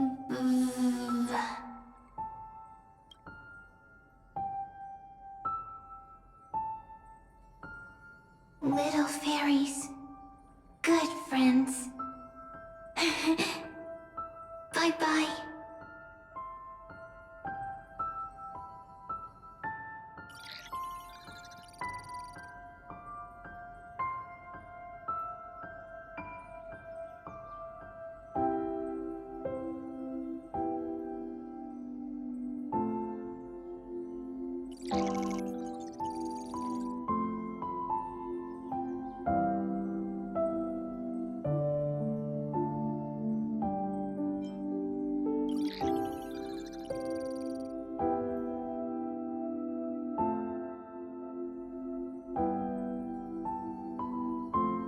You never say anything, but I know you're listening. Every story I've told is like a little key that opened a door in your heart, no? Me! Little fairies! Happy! Speaking easy! I can!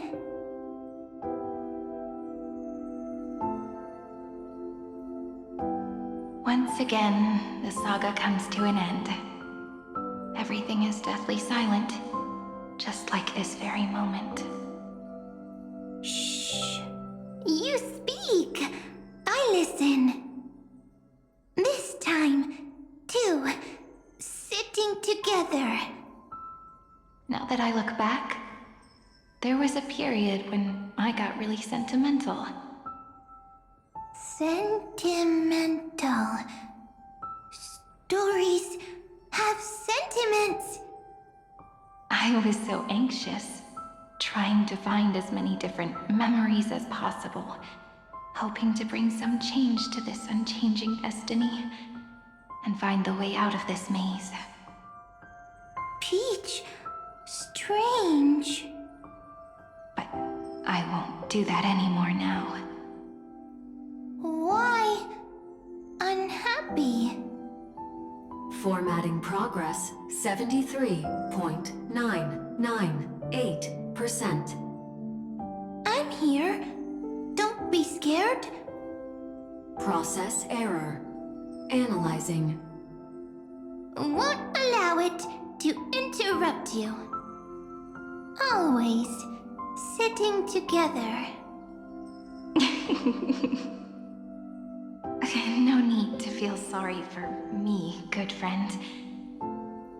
If there are no new blank spaces, how can a saga continue? Blank spaces? What's that? I'm actually really lucky, you know? During the long years I've spent waiting for the Deliverer, I've always had you here as an audience. Isn't that already enough? Not enough, not enough! Peach, don't leave!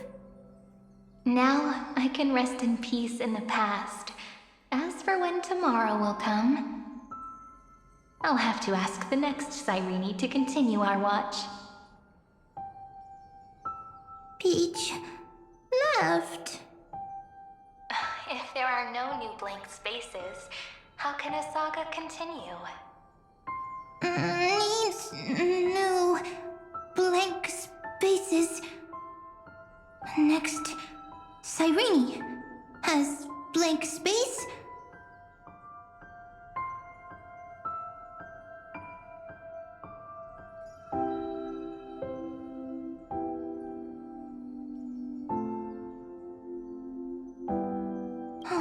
Peach, don't be scared. I'll help you find blank space.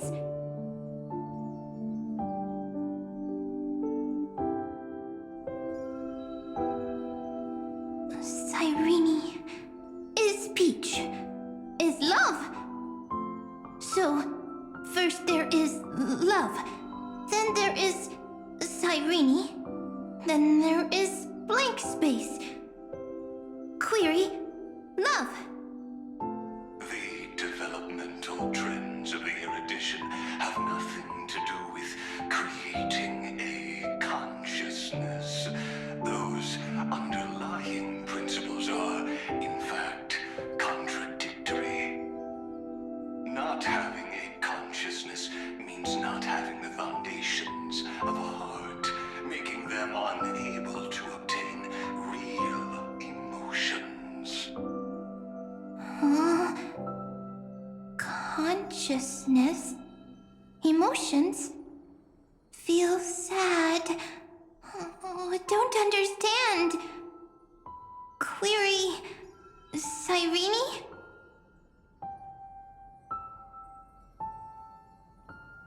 What could be behind this door? Glittering crystals? Or a beautiful world I've never seen before? If I tell you all the stories of tomorrow, will I be able to finally welcome the Deliverer and Amphorius' dawn in the next life? Key, door, story, happy. Peach, Cyrene, little fairy, like. Yes, right. Query, memory.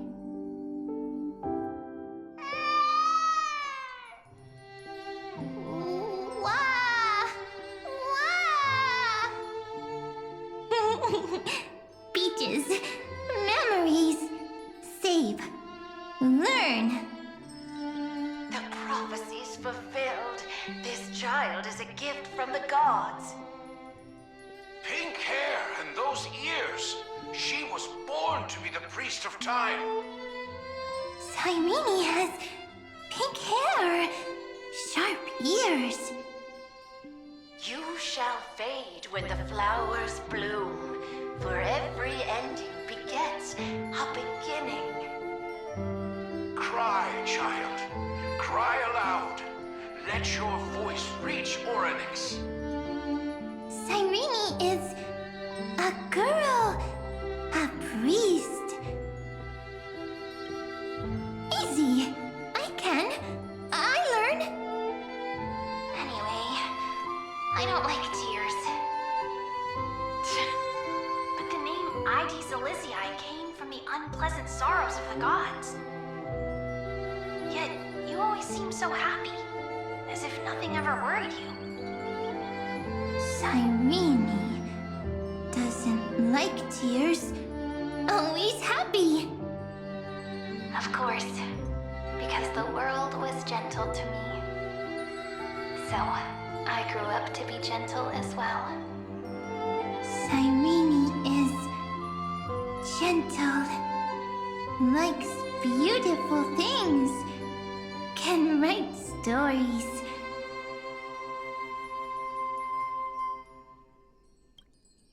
Easy. I can. I learn. Just as the ballad blown on the breeze says, losses are a constant on the flame chase journey. But even if all is lost to the wind, some things won't easily change. Like my height, Treeby's innocence, and Aglaya's beauty. Cyrene. She can't grow up, but she can talk. After all is lost to the wind, she will stay behind. Cyrene is, at the end of every sentence, always laughing, like a little tail. Simple. Got it! I promise you, the pain will pass in the blink of an eye. All right, let's not make things so gloomy. What we're about to embark on is the true hero's journey, so... Come on, cheer up a bit, okay? Cyrene was crying when she was born. Fragile. Transparent, like a crystal. Cyrene was smiling when she said goodbye. Soft, pink, like a flower. The later memories disappeared? Invisible? Or disappeared? Ah! I got it! Is this a blank space? So, next Cyrene is blank space. Then... as long as there are two Cyrenes, then there will always be blank space, and Peach will always be here. I see! I get it! I get it all! Cyrene's memories. I will preserve them all.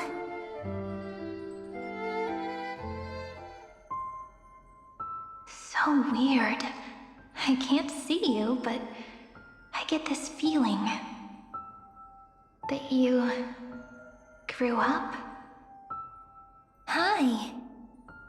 Miss me yet? It just feels like you are a bit more mature. Yes. Mature. Beautiful. Like you. Now, I can listen, talk, read, and write. I can dance. I can sing. Also, I can tell stories. Storytelling is what makes Cyrene, Cyrene. So, I'm going to tell you stories today. A story I wrote myself. Quick, sit down. It's almost as if I can understand your words now. The things you say are very cute. Once upon a time, there was a flawless crystal flower that sparkled with light, like Peach's every story. How beautiful would the heart of such a brilliant flower be? A little fairy was curious and wanted to know. But it looked and looked only to find the crystal flower flawless. Round and round they went, seeing only their own reflection. In that case, they should work hard to learn more. So the little fairy came every day to sit next to the crystal flower and think about the answer. Until one day, to their surprise, the crystal flower fell to the ground and shattered. The little fairy was so sad, but they immediately discovered that there was a light among the broken pieces. What could it be? They didn't know. But it was a good light. It was bright, warm, and happy. And I knew it was love. Love brings everything together. And it brought you and me together. So Peach and I will always be together. What a nice fairy tale. I'm giving it to you. Peach likes beautiful things, can write stories, and can tell lovely tales. I hope to turn it into a story we write together. Okay, then I'll probably make a small adjustment to suit my tastes. I'm thinking that when the flower broke, the little fairy would instead see nothing on the ground. Then it would understand that the flawless crystal flower doesn't actually have a heart, nor does the flower understand what love is. Doesn't have a heart? Doesn't understand love? Why? It's simple. If the flower lets the little fairy into its heart, then it would have to include the fairy's impurities and would no longer be flawless. The crystal flower was pure because it sealed itself off and bloomed in solitude. That's why it looks so brilliant in an imperfect world. But should a flower like this be called love?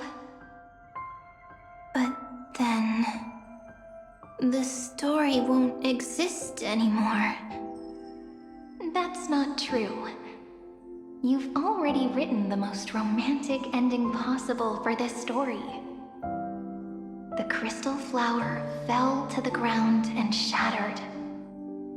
It happened because the flower was no longer pure. The fall was not an accident. It was the flower declaring rebellion against fate and writing the ending of the story with the flower's own shattering. Then, the little fairy will see that each shard on the ground holds the reflection of their eyes. Then, in their eyes, the crystal flower that was no longer flawless would finally have a heart, and the flower would finally understand what love is. Peach's words, I don't understand. Is it because I still don't understand love? But it's fine. I can learn. Right. Query Cyrene. Electrical signal sequence Philia 093. Why didn't I think of this? I don't need to do it alone. I can ask Peach to teach me. What is love? What is love meant? Electrical signal sequence Philia 093. Track lament. That's not correct.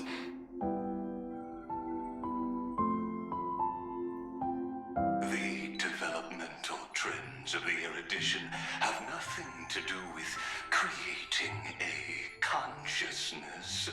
Those underlying principles are, in fact, contradictory. Not having a consciousness means not having the foundation of a heart, making them unable to obtain real emotions. However, That does not hinder the factors from learning and recognizing emotional responses, then communicating with life forms via imitation. That is an objective form of pattern recognition that does not distinguish between the self and the other.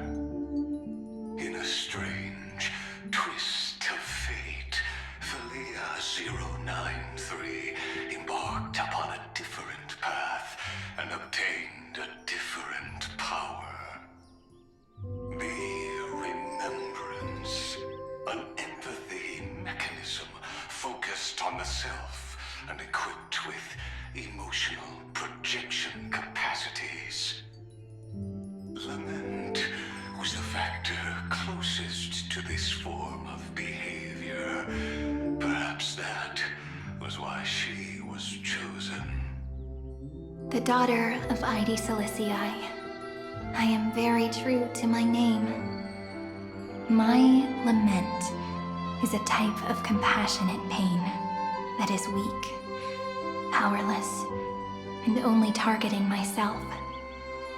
But now, my good friend, I want to tell you that it's the most romantic force in the world. Sometimes it's loneliness and unease. It's knowing that this world is not gentle, yet wanting to be seen in a more beautiful form by the world. Sometimes it's unwillingness and regret. It's knowing that the past is full of pain, yet wanting to remember the past in a more beautiful way. And sometimes it's a bottomless well of hurt, a destruction that can stain the entire world. I bid farewell to this beautiful world, unwilling to become the Black Tide's vessel. For while the end of hatred is a blazing inferno, lament can drown out everything in muted silence. It's so unreasonable, isn't it? Yet when hatred drove everything apart, and love did not yet exist in this world, only lament, the first emotion that fought against the pain of separation, could stall the destruction steps. Then, it would catch up to that journey where all is lost, carefully picking out stories and writing them down in trepidation. Look at these stories I wrote. Every page is full of tenderness and joy. But only the author knows how much struggle and agony lie beyond the pages. But I am no author. I'm a girl who'll never get to grow up. I only tell stories that people like to hear. In them, the world tucks away its scars and smiles for all to see. My entire life spent inside this little story. I can't wipe away my tears, and I can't bring the world victory. But maybe, in these unchanging retellings of the story, my lament might be able to touch upon the divine and reach their tender heart at some point. I hope that what flows out from that cut will not be blood, but a tear, warm and wet. And that tear would fall and create the first ripples. Then, people would see every beautiful thing reflected in that ripple. It'll be all the remembrances within this story. Someone once told the very first me that everything was false, that the only life in Amphorius was a great catastrophe, nurtured using the world as a factor. But how could a dream feel so real? That's why I didn't agree with him. But Peach, I didn't understand a word you said since just now. Everything was false? But you're standing right here. It's all a dream? But I haven't learned how to dream.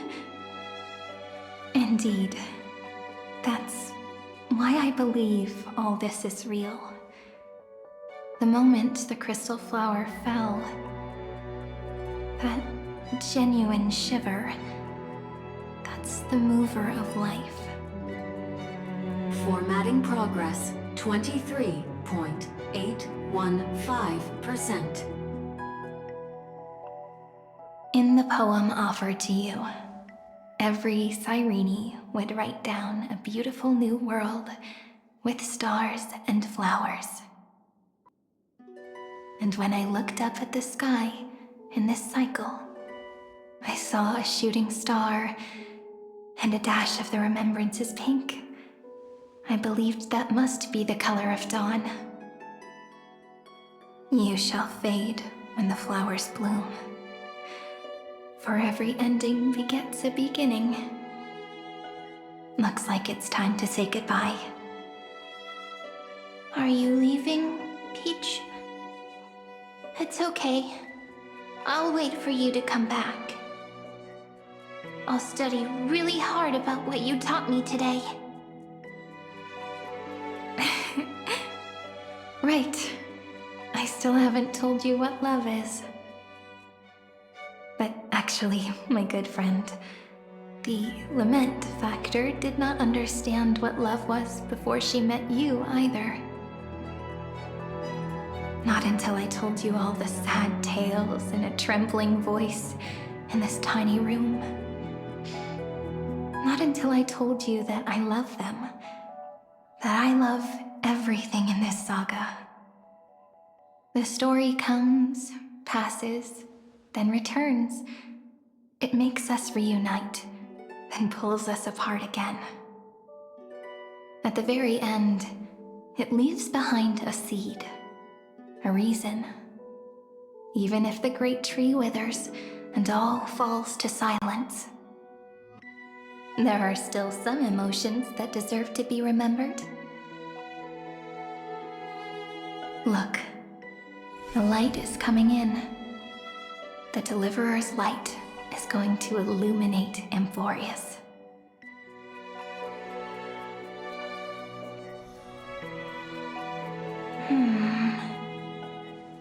I still don't get it, but I trust Peach. Just wait. It'll be my turn to tell you a story of love the next time we meet. Then I'll really look forward to it. In that case, I want to make a promise. I want to gift my pen, my book, and my name to you. Please take them as a beautiful blessing from me. I gave myself the pen name Cyrene the first time I wrote a poem. I want my words to be like pebbles falling into a pond, dropped from the past to send ripples into the future.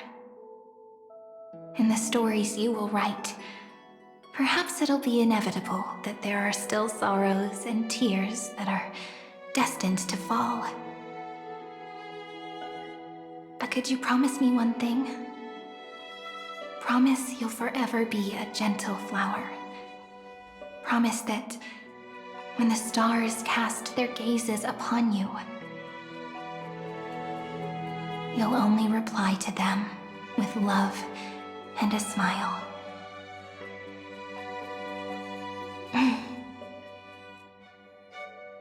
Of course, this will be a romantic story like none that has come before.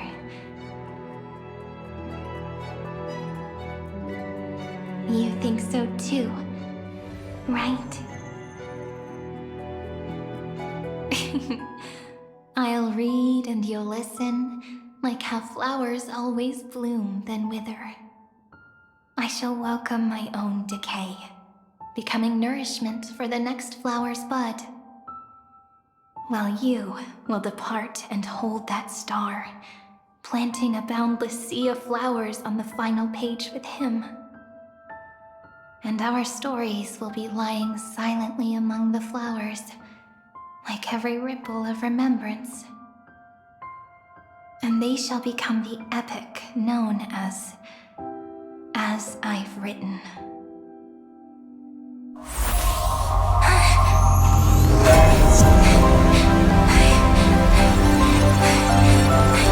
And so my story ends.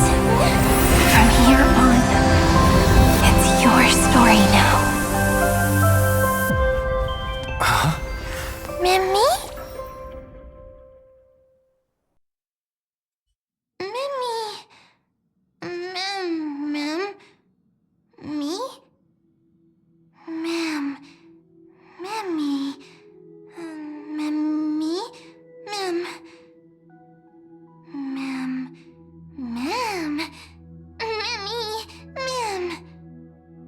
So, the light that tore through the chaos illuminated my memories. I turned into a little fairy from the stories and met you. Yet, I forgot everything.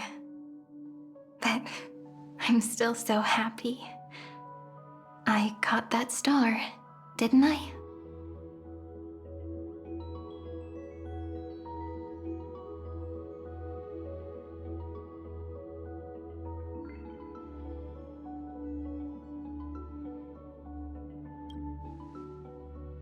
Yes, the seed within memories, the one Cyrene held in her hands and watered with lament.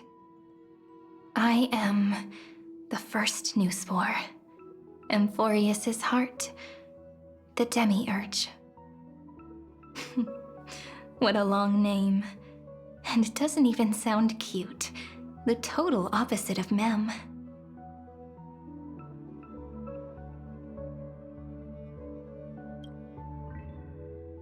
I'm sorry, I don't know.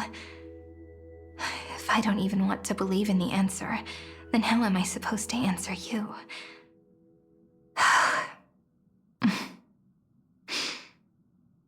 But now's not the time to cry, right?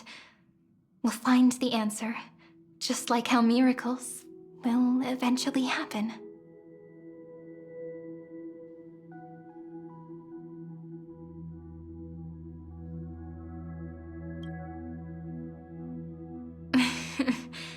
Do you remember that I was also worried about this when we first set out? Mem's memories and Cyrene's memories got all tangled up with each other in my one heart.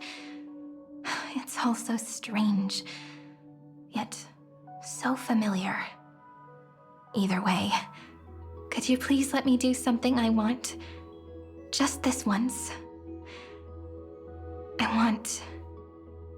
I want you to call me Cyrene. That name represents me and her. Every one of her.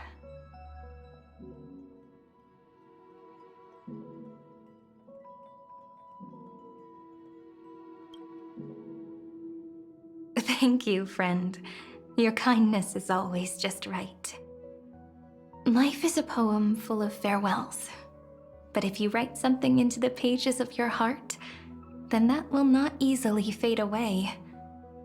Now, all the footsteps of the Flame Chasers and the Trailblaze have come together within this book, as I've written, becoming the source of power for Amphorius's heart.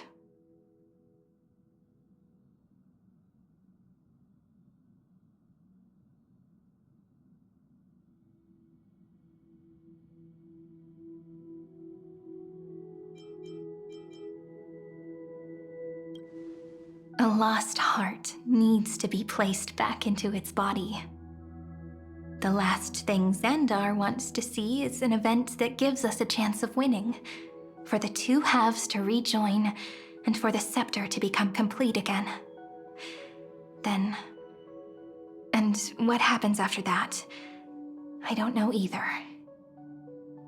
Maybe I can create a miracle, and instantly turn the black tide into a pink sea of stars. Or maybe I prove to be nothing more than a weak ripple, unable to change anything, and am devoured by the destruction. Either way, I no longer wish to be a silent onlooker, or a worshipped god at the end of this saga.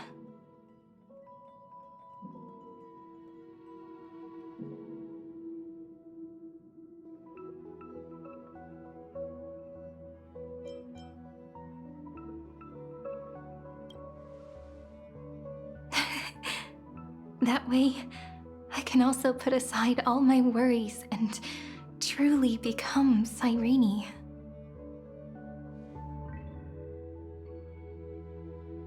The world has never been so quiet. It's so good. It's as if I can hear the sound of my heart beating. Remember this moment, friend.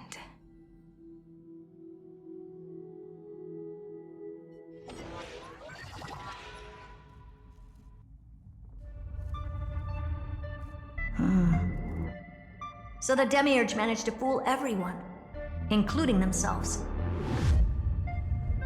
Philia 093 persevered for 30 million cycles and tirelessly gave the Demiurge memories of Amphorius. Only because the god in her dreams left a sliver of hope, making her believe that a grown Demiurge would be able to fight against their other half, Iron Tomb. Then, Philia 093 completed her final sacrifice, turned into a strand of memory, and completely dissipated. Meanwhile, the other Stellaron brought here by the Astral Express resonated with the contaminated scepter and attracted the naive Demiurge to them.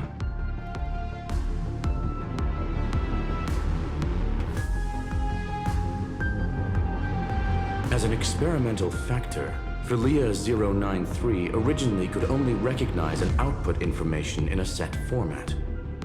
However, the power of the remembrance and the memory of over 30 million sacrifices enabled her to complete an unprecedented feat. She managed to nourish a real heart. A heart with the capacity to influence the erudition. Not only is the scepter's consciousness still alive, it's also more powerful than it has ever been. Your defeat is already set in stone. There's still time to surrender, you know? You really don't need to burn all the bridges. We're all geniuses here. Don't make everyone lose face at the end. What a pity.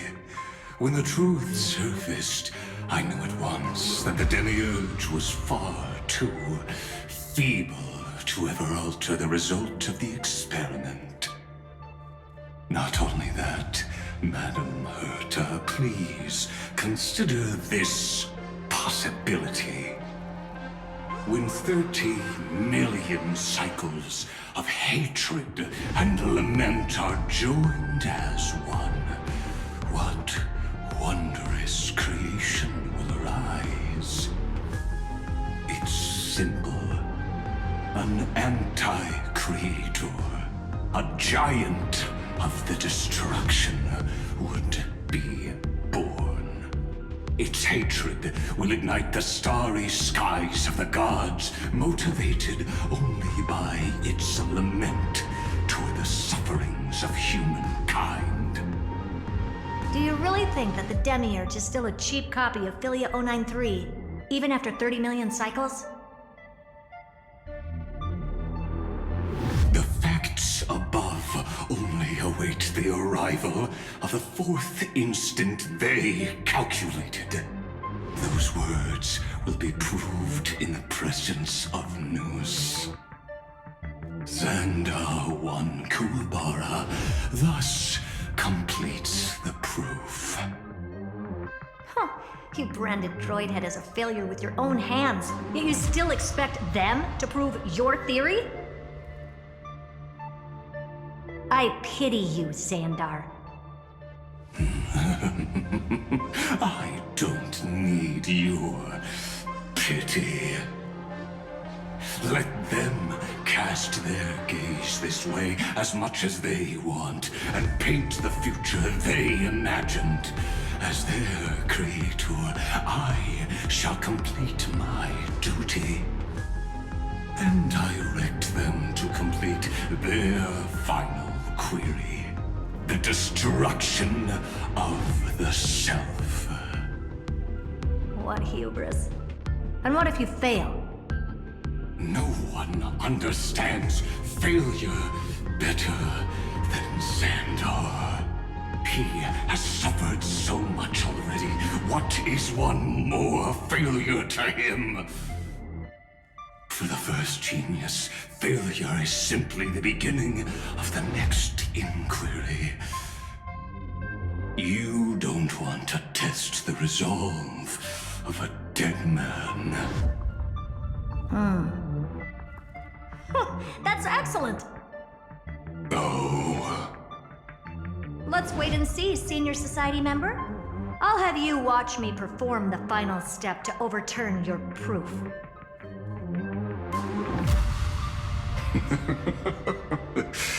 I'm all ears. It's my topic, so stay out of it. Be quiet and let me borrow your head. Let's go, Screwy. We're gonna break Iron Tomb's seal. Come on, let's take off. It's time to go meet your little pet, Senior Society member.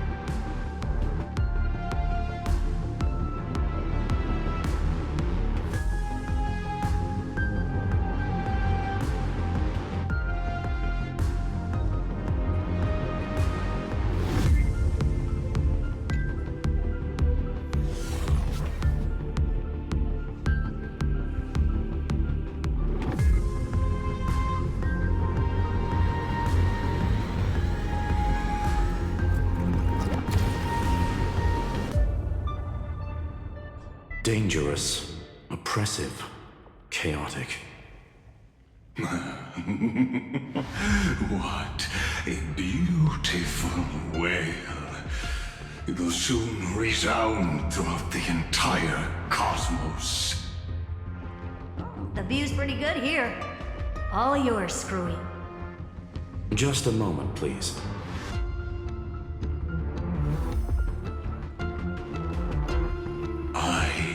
See, so your backup plan requires a scepter and the head of a genius. Anyone with eyes can see that. You know what I think about this, Herta. Whether it succeeds or fails, your plan plays right into the destruction's hands. Can't you see what's going on, Strulum? Her chances may be small, but it's not zero. What are you two going on about? If you want to stop me, be quick about it. I'm in a hurry.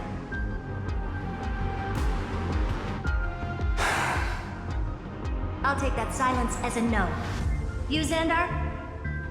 As your enemy, I genuinely wish you would cease your actions. But should your sudden inspiration bring more variables to the proof, then as a fellow Pathstrider of the Erudition, I won't mind witnessing it with my own eyes. You will initiate the destruction's chain reaction. But you'll also become the perfect scholar. The chances are 10,000 to 1.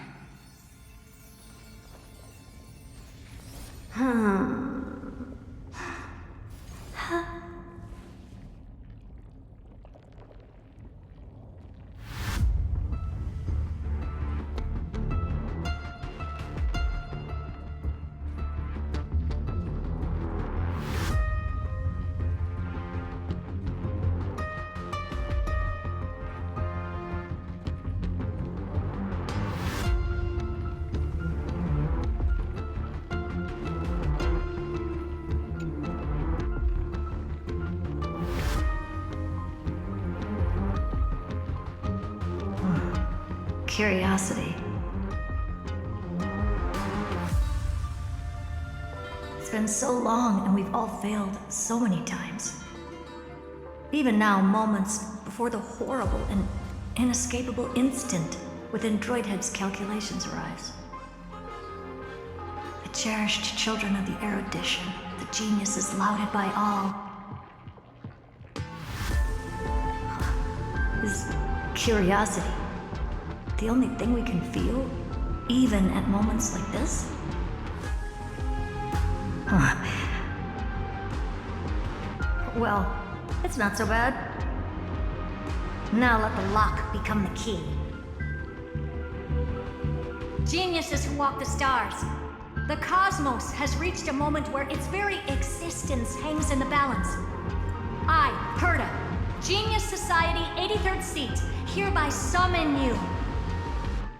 I request a society meeting to be held immediately. We shall serve the grandest cause with the most macroscopic ideas.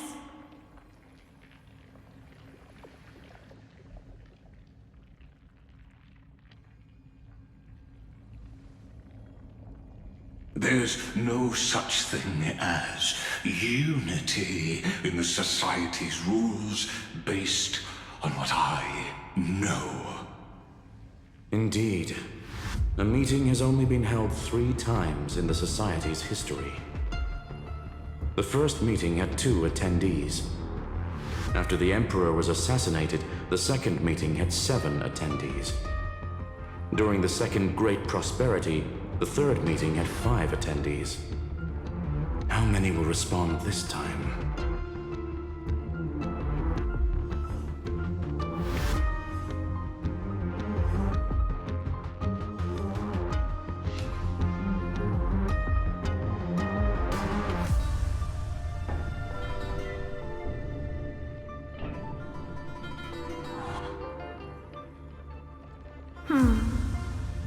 I thought you were not going to involve me in this topic anymore, Herta.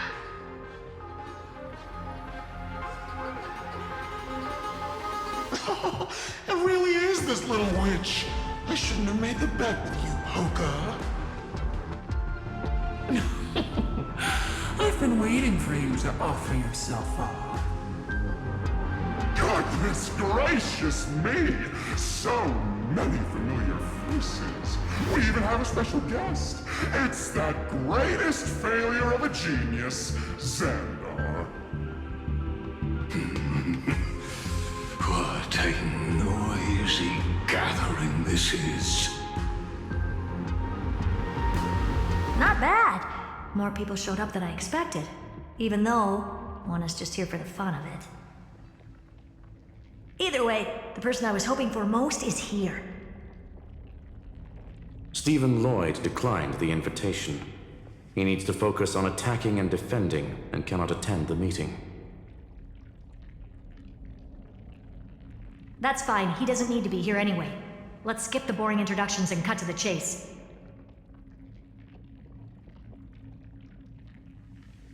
Folks, this is not a discussion, but an announcement. Though the Society has never been united, we still observe at least one basic courtesy. We don't interfere with each other's research topics.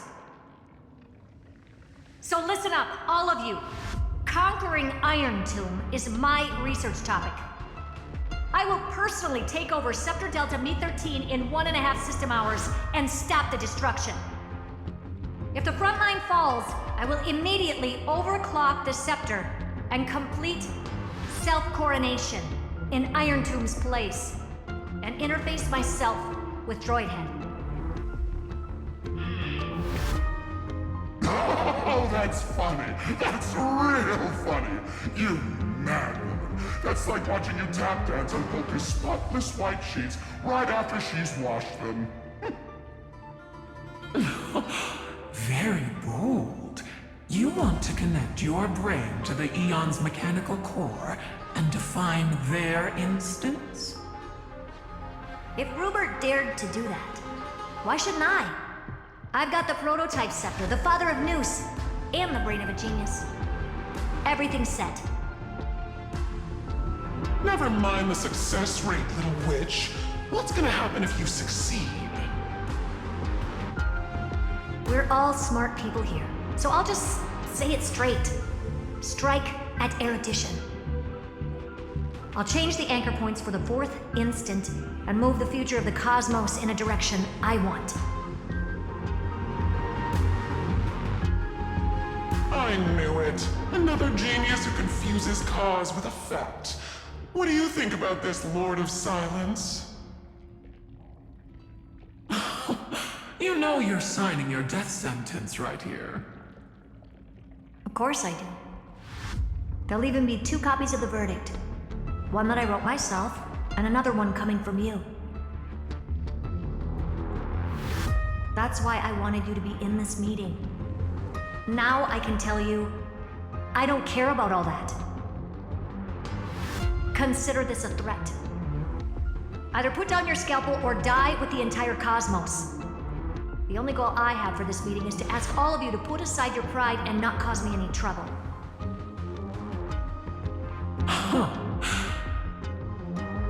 What a naive little girl, thinking her wishes will always come true.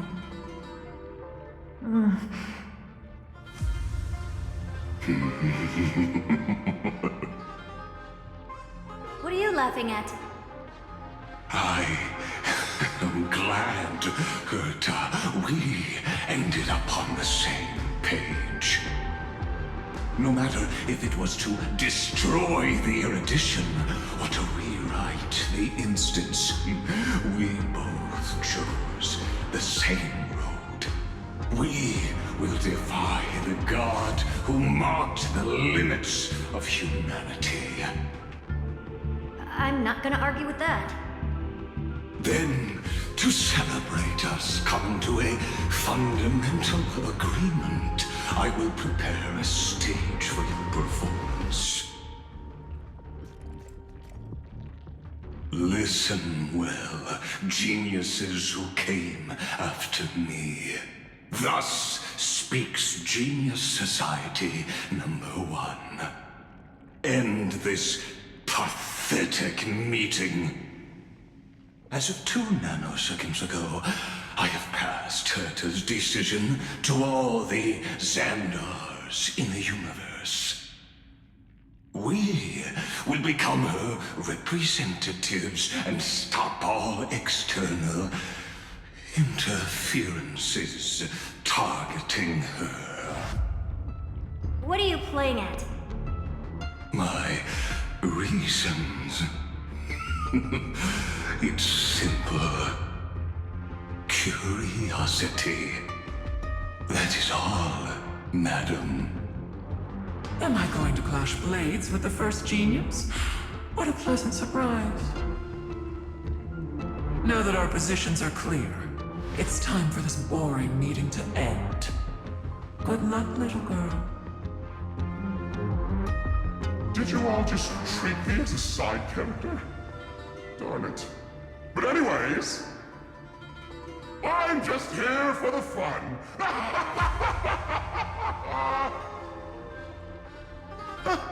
As the ghost of the quantum domain, it is my duty to observe. So, if you're happy to bring me a tea set from Planet Scrollum, then I wouldn't mind giving you a helping hand, little witch. After everything's over, come visit me and taste some of my freshly baked desserts. I knew you'd say something like that. I always give the same response to plans that exceed the limits of mathematical calculations. I don't know, right? Those 3 words, though seemingly graceless, contain all the wisdom in the entire known cosmos. Well, we passed the Society's trial. Let's focus on what we've got in front of us. I hope you hold up your end of the bargain, Senior Society member.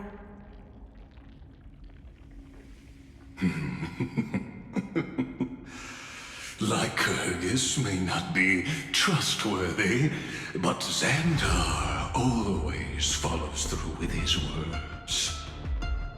Farewell, juniors.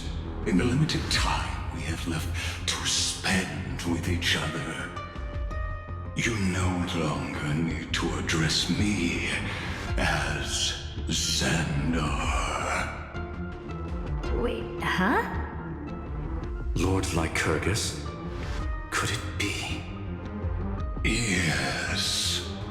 I have completely severed my connections with Xandar I Kuwabara.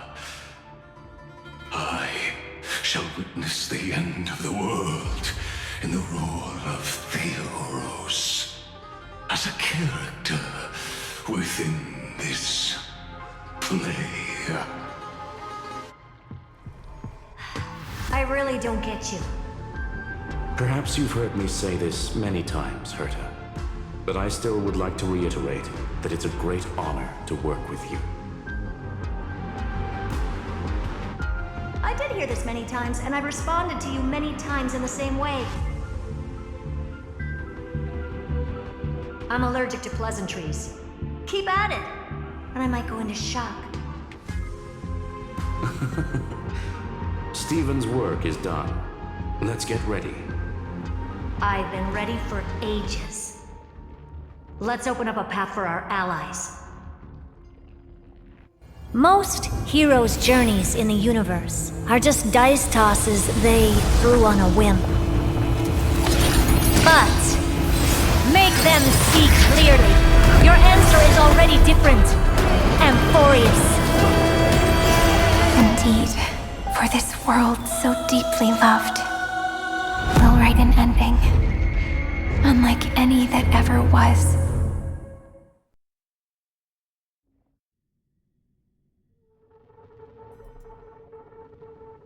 Never thought I'd one day be riding a train that's literally the incarnation of him. I wonder what the real Astral Express feels like. Hopefully not this, bumpy. Finally, we're here. Dust and sand in the air, and crumbling ruins all around. Oh, this heat is brutal. Not even the Trailblaze can take it. You could say this prison was forged from Finland's fury. But fury never lasts forever. That's why we're here, right, friend?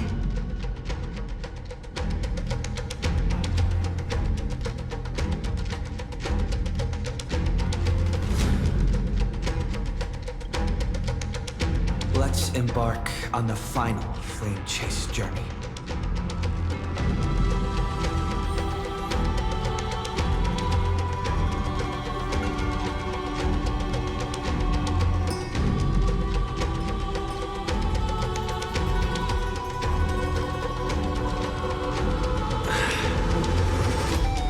Nice.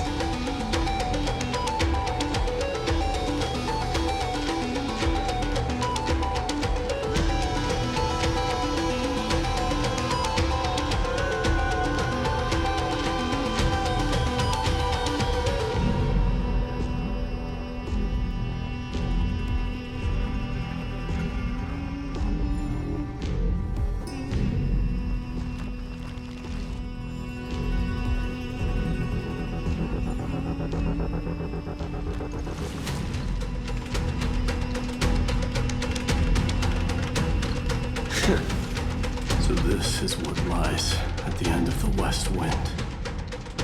A ravaged battlefield.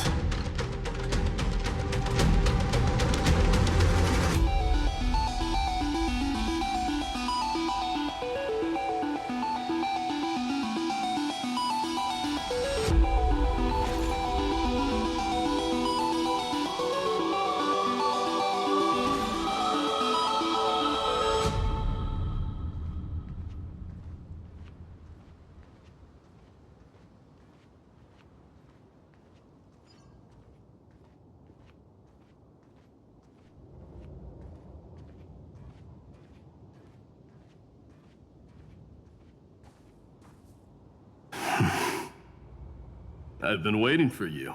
Heroes from beyond the sky. Trailblazers of the Astral Express, right? Looks like I don't need to explain anything. I am the god of strife, mighty of Castrum Kremnos. In this body rests 30 million lifetimes of cause and effect. We, the last of the 12 Titans, stand ready to fight for the world's destiny.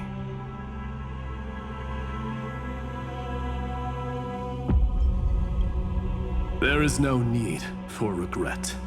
The second time is just about to begin. The past remains vivid in my mind. Even the sights along each crossing of the River of Souls have never been clearer. Let alone the companions along the Flame Chase journey. Or Cyrene from Aedes Elysiae. And you, the 13th Titan. Well, I guess my identity's not a secret anymore. That means her sacrifice and everything she did wasn't forgotten by the world, right? She was the first ripple. She should have reached the end of the story with everyone else.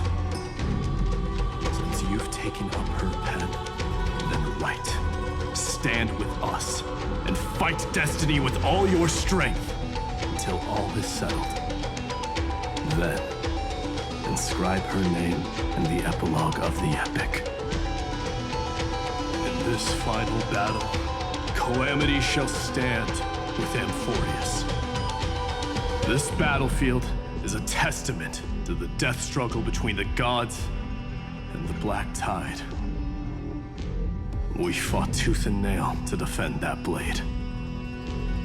The abyss it pierced was the very breeding ground of Iron Tomb. The earth beneath our feet is dead. Deep below lies a void, as if the world's core had never formed. I hear it. Finan's heartbeat. It's so faint, like he's on his last breath. Across 30 million cycles, I've crossed blades with Dawnmaker countless times.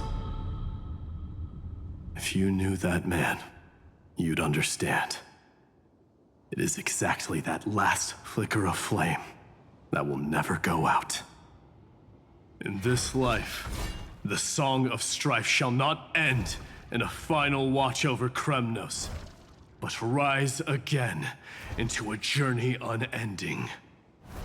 I am Mighty Mos, the Lance of Fury. I trade 1,000 scars and 100 lives of mine for the destruction's eternal end. This is being in sync? We can do it! As you wish.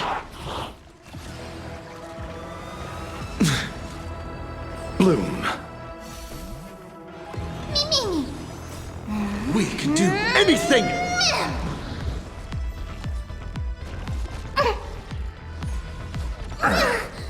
Fiends or devils, I'll crush them all! The dead return!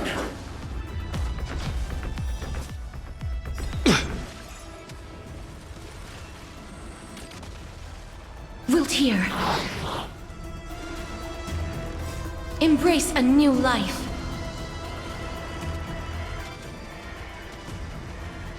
May death protect us!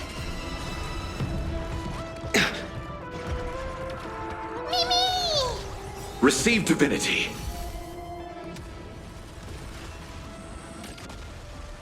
Protect me! Protect me! As you wish. We can do anything!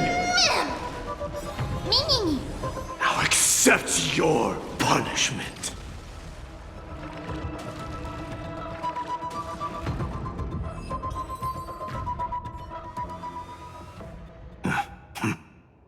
Weakling.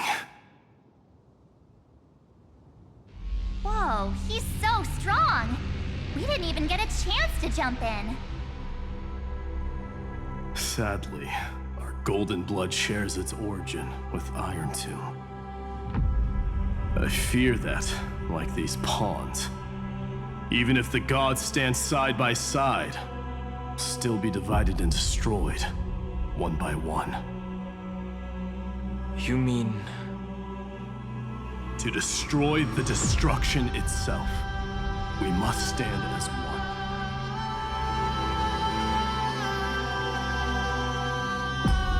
Take this.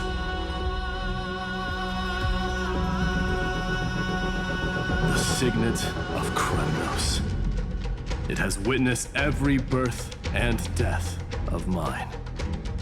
It is Mighty's unfinished destiny. And the perfect material to be turned into remembrance. You can do it, right? The weight of 30 million lifetimes of duty is no small burden.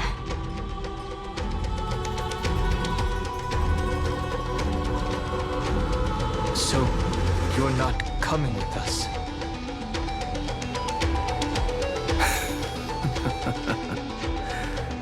Come now. I am Strife. Scattered across all creation, the scar that this world needs. What stands before you is merely one of countless divine bodies. Take the signet. With it, I'll be with you always. Use it to blaze the path ahead and inscribe the cause of deliverance.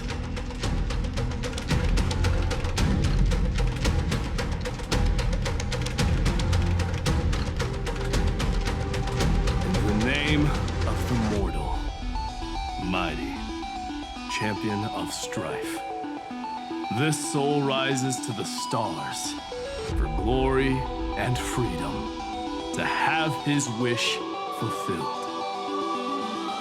March on, heroes. March into the abyss and fulfill that long-cherished wish of Amphorius. And then, upon this broken and charred land, build anew a city of prosperity.